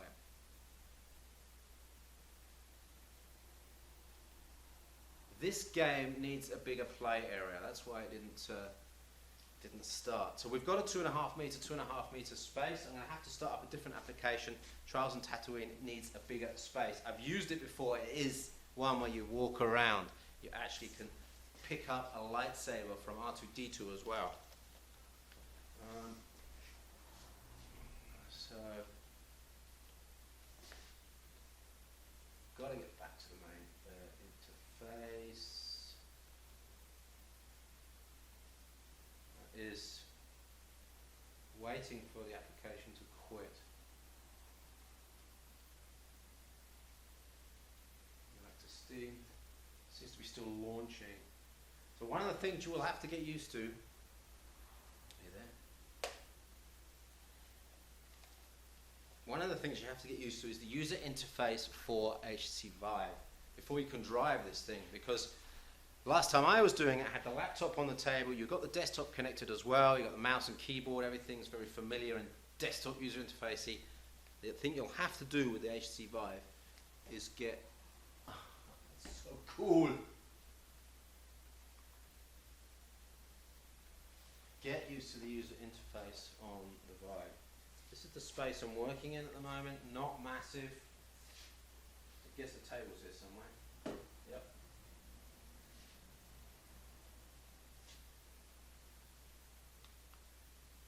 Right then.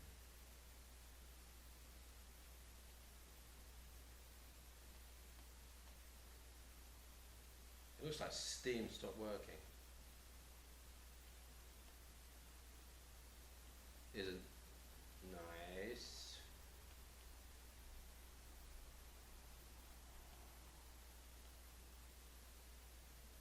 It's hung. So Steam VR is hung. Let me connect the display port again.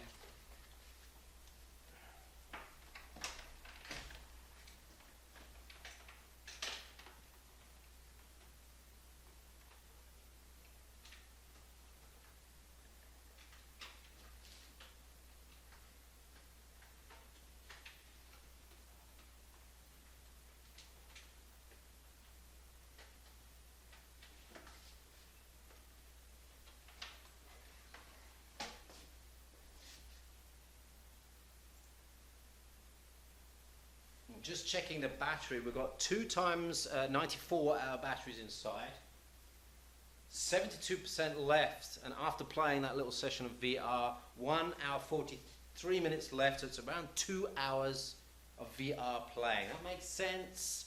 Maximum power usage is around 200 watts, so with the 2 batteries, 2 hours makes sense. Right.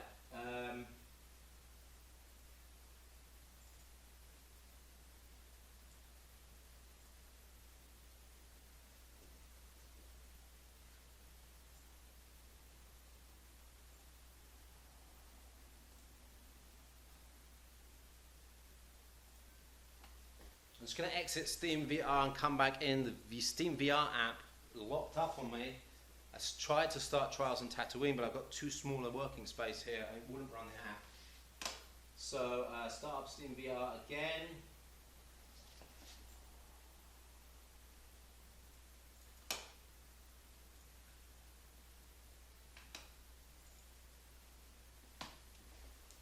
Controllers on the floor so the sensors can see the controllers.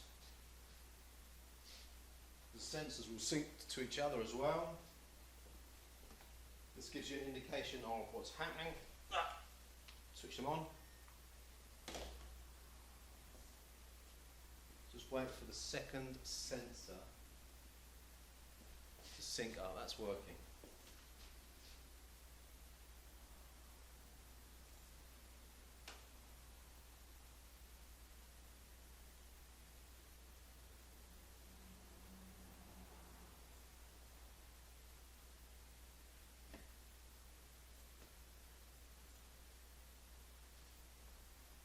Right, I'll zoom in on the screen so you can see what's happening on the application itself.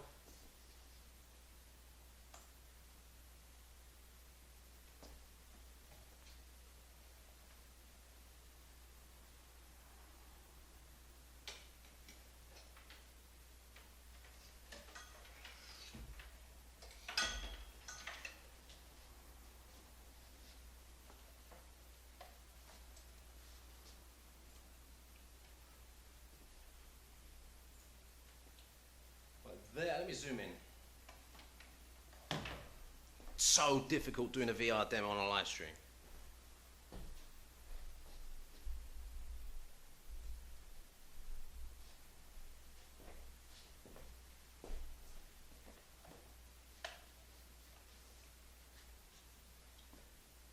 So you get an idea of what's going on here. This is what's going on. Can I?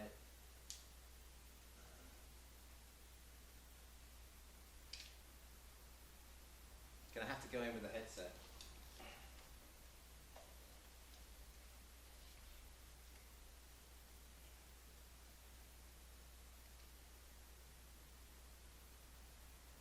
Okay, so you can see what I can see.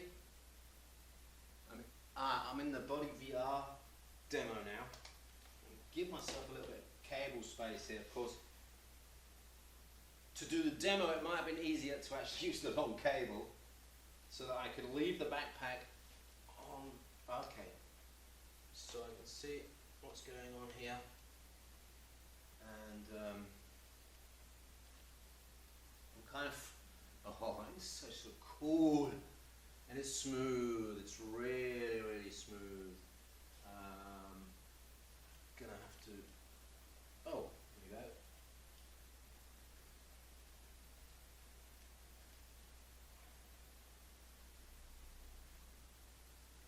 Make some blood cells.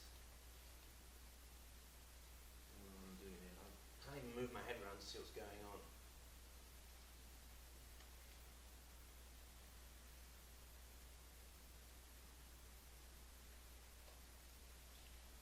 Right, I'm going to put the backpack on again. Ah, it's giving me details here. Right. I'm going to put the backpack on again.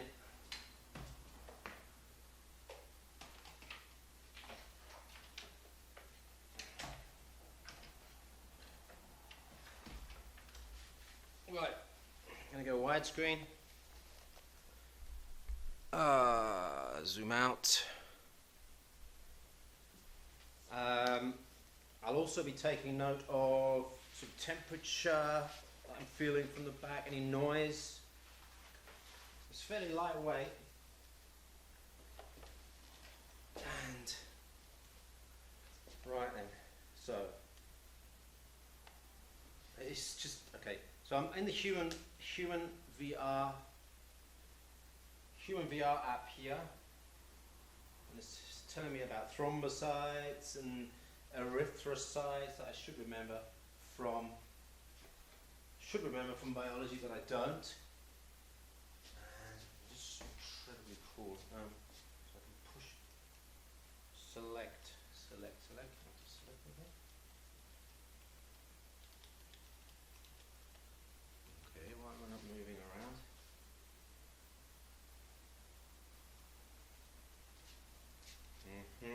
Okay, now I'm missing some audio here. Of course, I need some headphones on. There's probably a dialogue, but okay, let me just. So compared to the MSI GT, firing some crap into my blood system here. Oh, some smoke. What is that? So compared to the MSI GT83 VR, which I've used for a few days, and that was a dual GTX 1070 SLI model, also with 16 gigs of RAM. Definitely some earphones.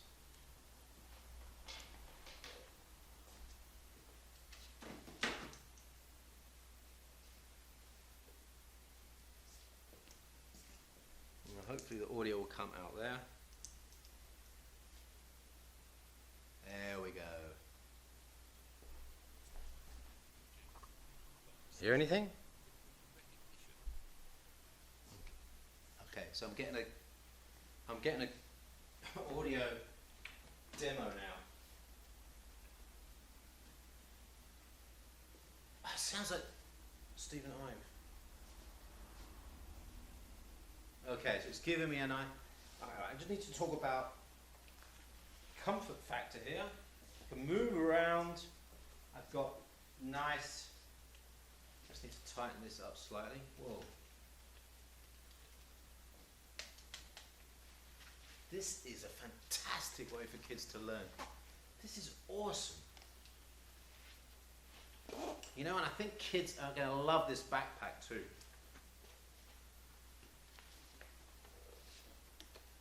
Gives you a feeling you're really wearing a jetpack and doing something incredibly cool. How much is this system? I don't know. How much is the VR One? The Vive is around 800. And I think the VR One, I don't know how much the VR One is. Anyone know how much the VR One is? I'm going to check the comments right now.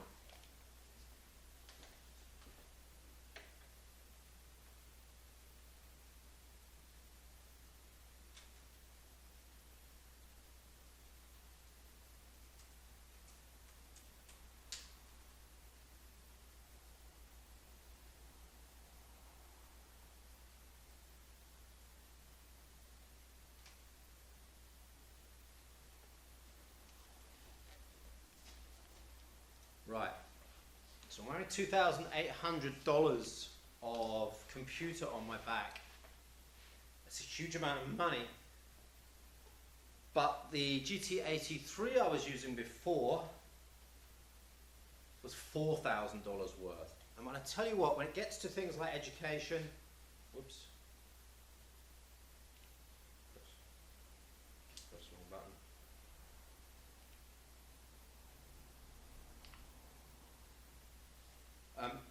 So when it comes to kids using the system, not having that cable counts for a lot, because you know what's going to happen with that cable. Boom, and the laptop's on the floor, and that's 4K. 4K's worth of kit gone. This is a much more compact solution. No spinning hard drive. Feels comfortable. A little bit of wobble. It's not noisy, it's not hot. I don't feel any heat on my back. There is maybe skin temperature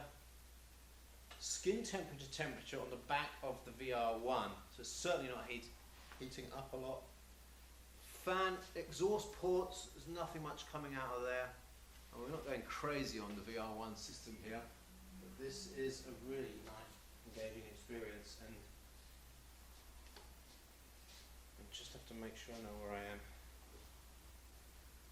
For those of you who just joined, I'm just testing out the human body VR experience on the HTC Vive with the MSI VR One Backpack for notebook check. We'll be doing a separate video on this, and I'll try and produce something with picture-in-picture so that you actually get to, let's take that out, picture-in-picture so you get to see. This is a really cool way to do a live stream. If this VR experience was showing people watching, if people could come into like the theater in front of me indirectly via a VR system so they could see the environment and they could see my demo, they would only need a 2D experience actually. If I could have a 3D experience, it would make, wow, this is the future of presentations, right? HTC, was it HTC and Facebook? Oh no, it was Samsung, wasn't it? Where Zuckerberg snuck in while everyone had their headsets on while they were watching the presentation. This is just a cool. The quality. Okay, I'm just about to talk about. Oh no, just change scenes. Quality is stunning, really, really stunning. I'm seeing sharp images. I'm seeing smooth animation.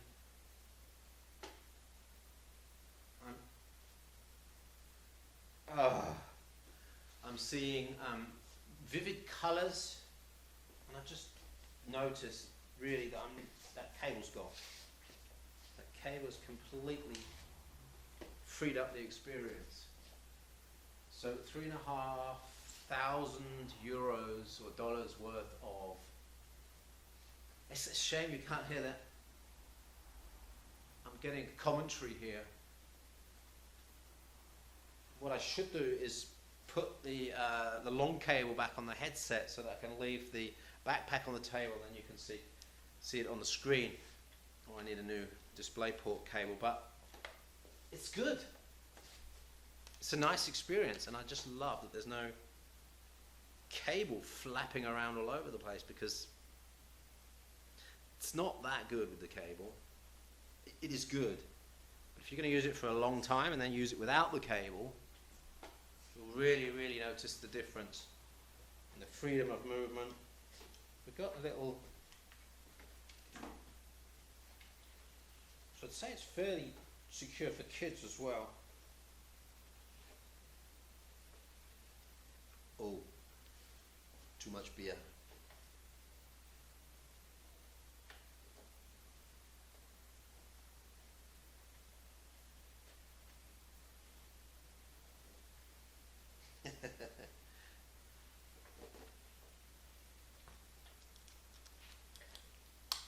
So you can get it around the waist like that to keep everything really nice and tight here.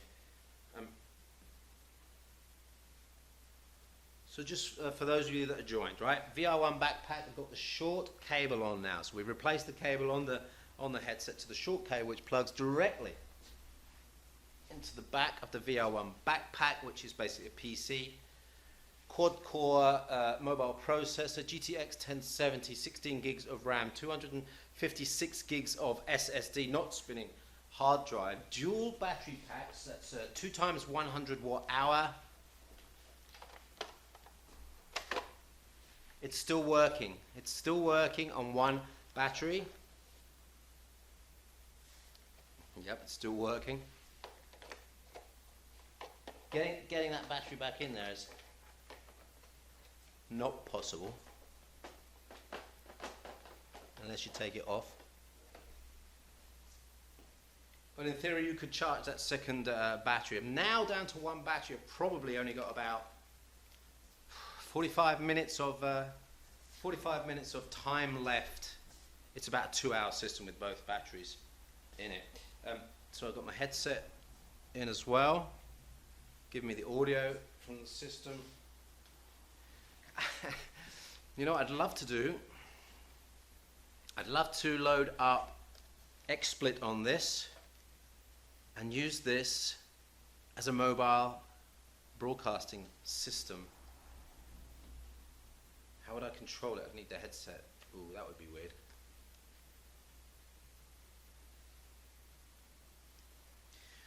Right, well, I'll leave the stream running. I'm going to go and check the comments now to see if you've got any questions about the system. I'm going to think about tests I can do, performance tests,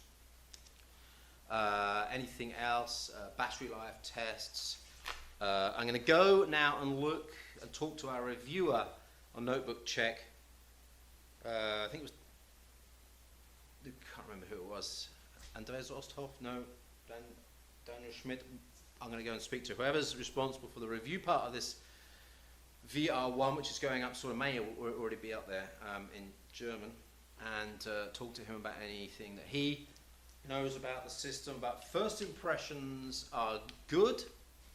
Bit of plastic there, bit of cheapy plastic. That could have been a nice, maybe a leather cradle behind there, although I understand why the plastic is there to keep the back away from the system, provide an air gap in there.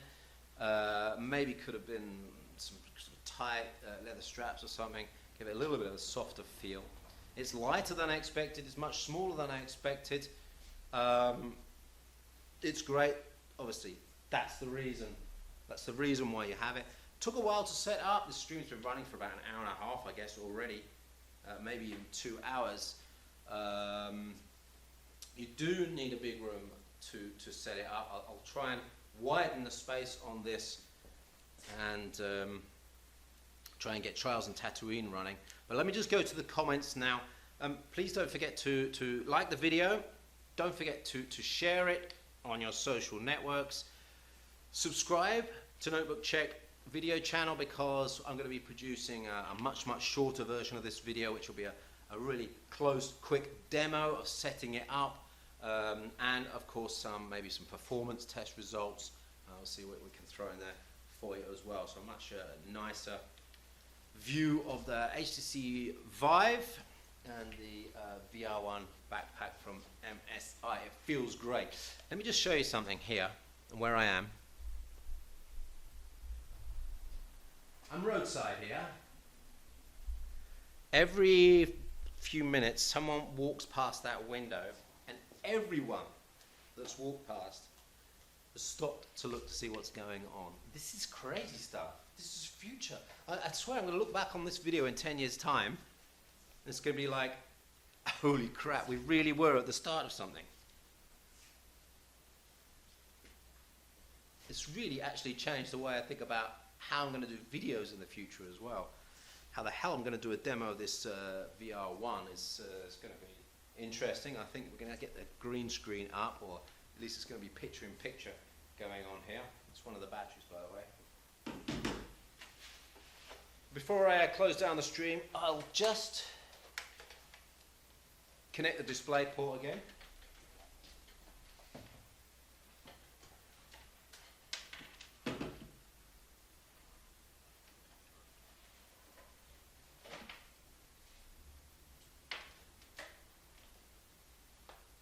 So it'd be kind of cool to turn up to the office with this as your laptop, right?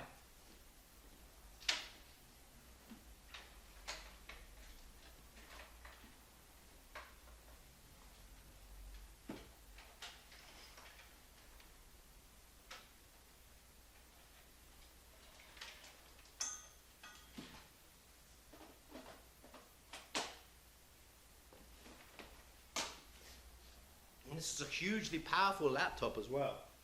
Quad core, 16 gigs of RAM and the SSD as well.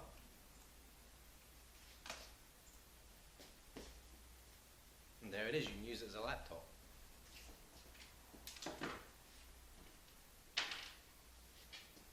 So I'm going to pull the HTC stuff out and quickly show you that it's difficult to see, but you can get in there, take the old cables out, put the short cables in provided by MSI. MSI have the DC output on the backpack, so you don't need the adapter, you just plug straight into the MSI unit. Headphones go in there.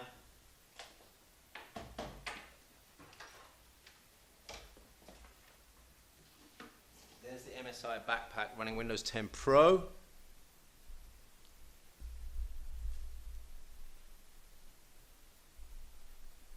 I've got a feeling there's going to be different designs. There's going to be competing designs out there soon for this. This backpack is cool. Hugely expensive for like a Christmas present or something like that. But just imagine in a few years how much thinner that's going to be and how much lighter that's going to be. We're not going to be moving to smartphone level sizing for another 10 years for this sort of stuff. If you think about the progression of computing, 20% is this kind of rule of thumb per year. 20% smaller, 20% more powerful, 20% more battery life every year. Then you project that forward, and you can also 20% less volume as well. And you can work out how many years it's going to take to get to sort of a thin laptop size backpack. And it will be 10 years before we can get that into a pocket, maybe 15 years before that is literally well, actually, wireless technology will come along before we get to the point where we need to put it in our pocket. You can just put it on the side. Another thing, WiGig. Why isn't WiGig being used for this? I thought WiGig would be perfect for this. It's a latency-free, high bandwidth connectivity. It's not being used.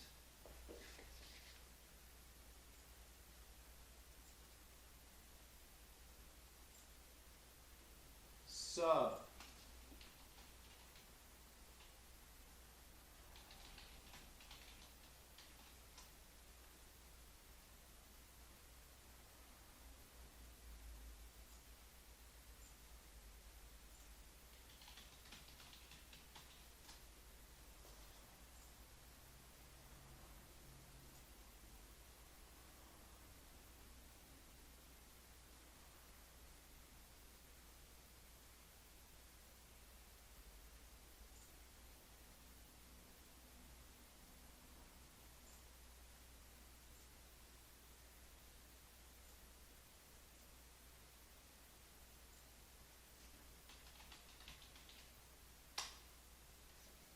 somehow run out of...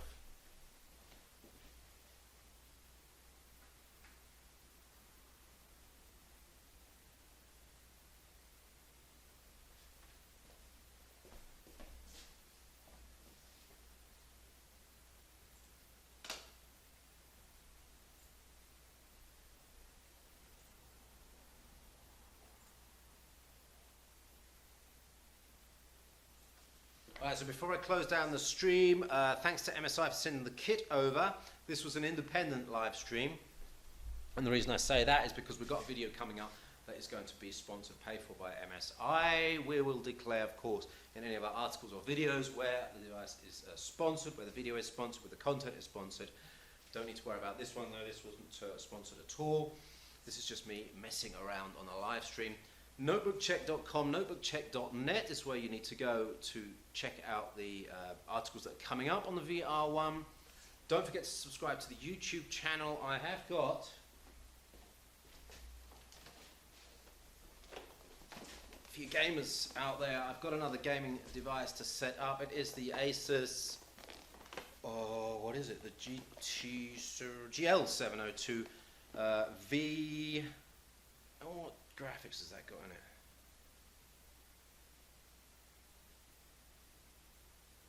Doesn't say. So that's a Republic of Gaming laptop that I'm testing. And the video for this will be coming up later this week, maybe early next week, Monday, Tuesday. Thanks for watching. I'm now going to go and check the comments. I'm going to leave you with a picture of the VR One, and catch you on the next live stream.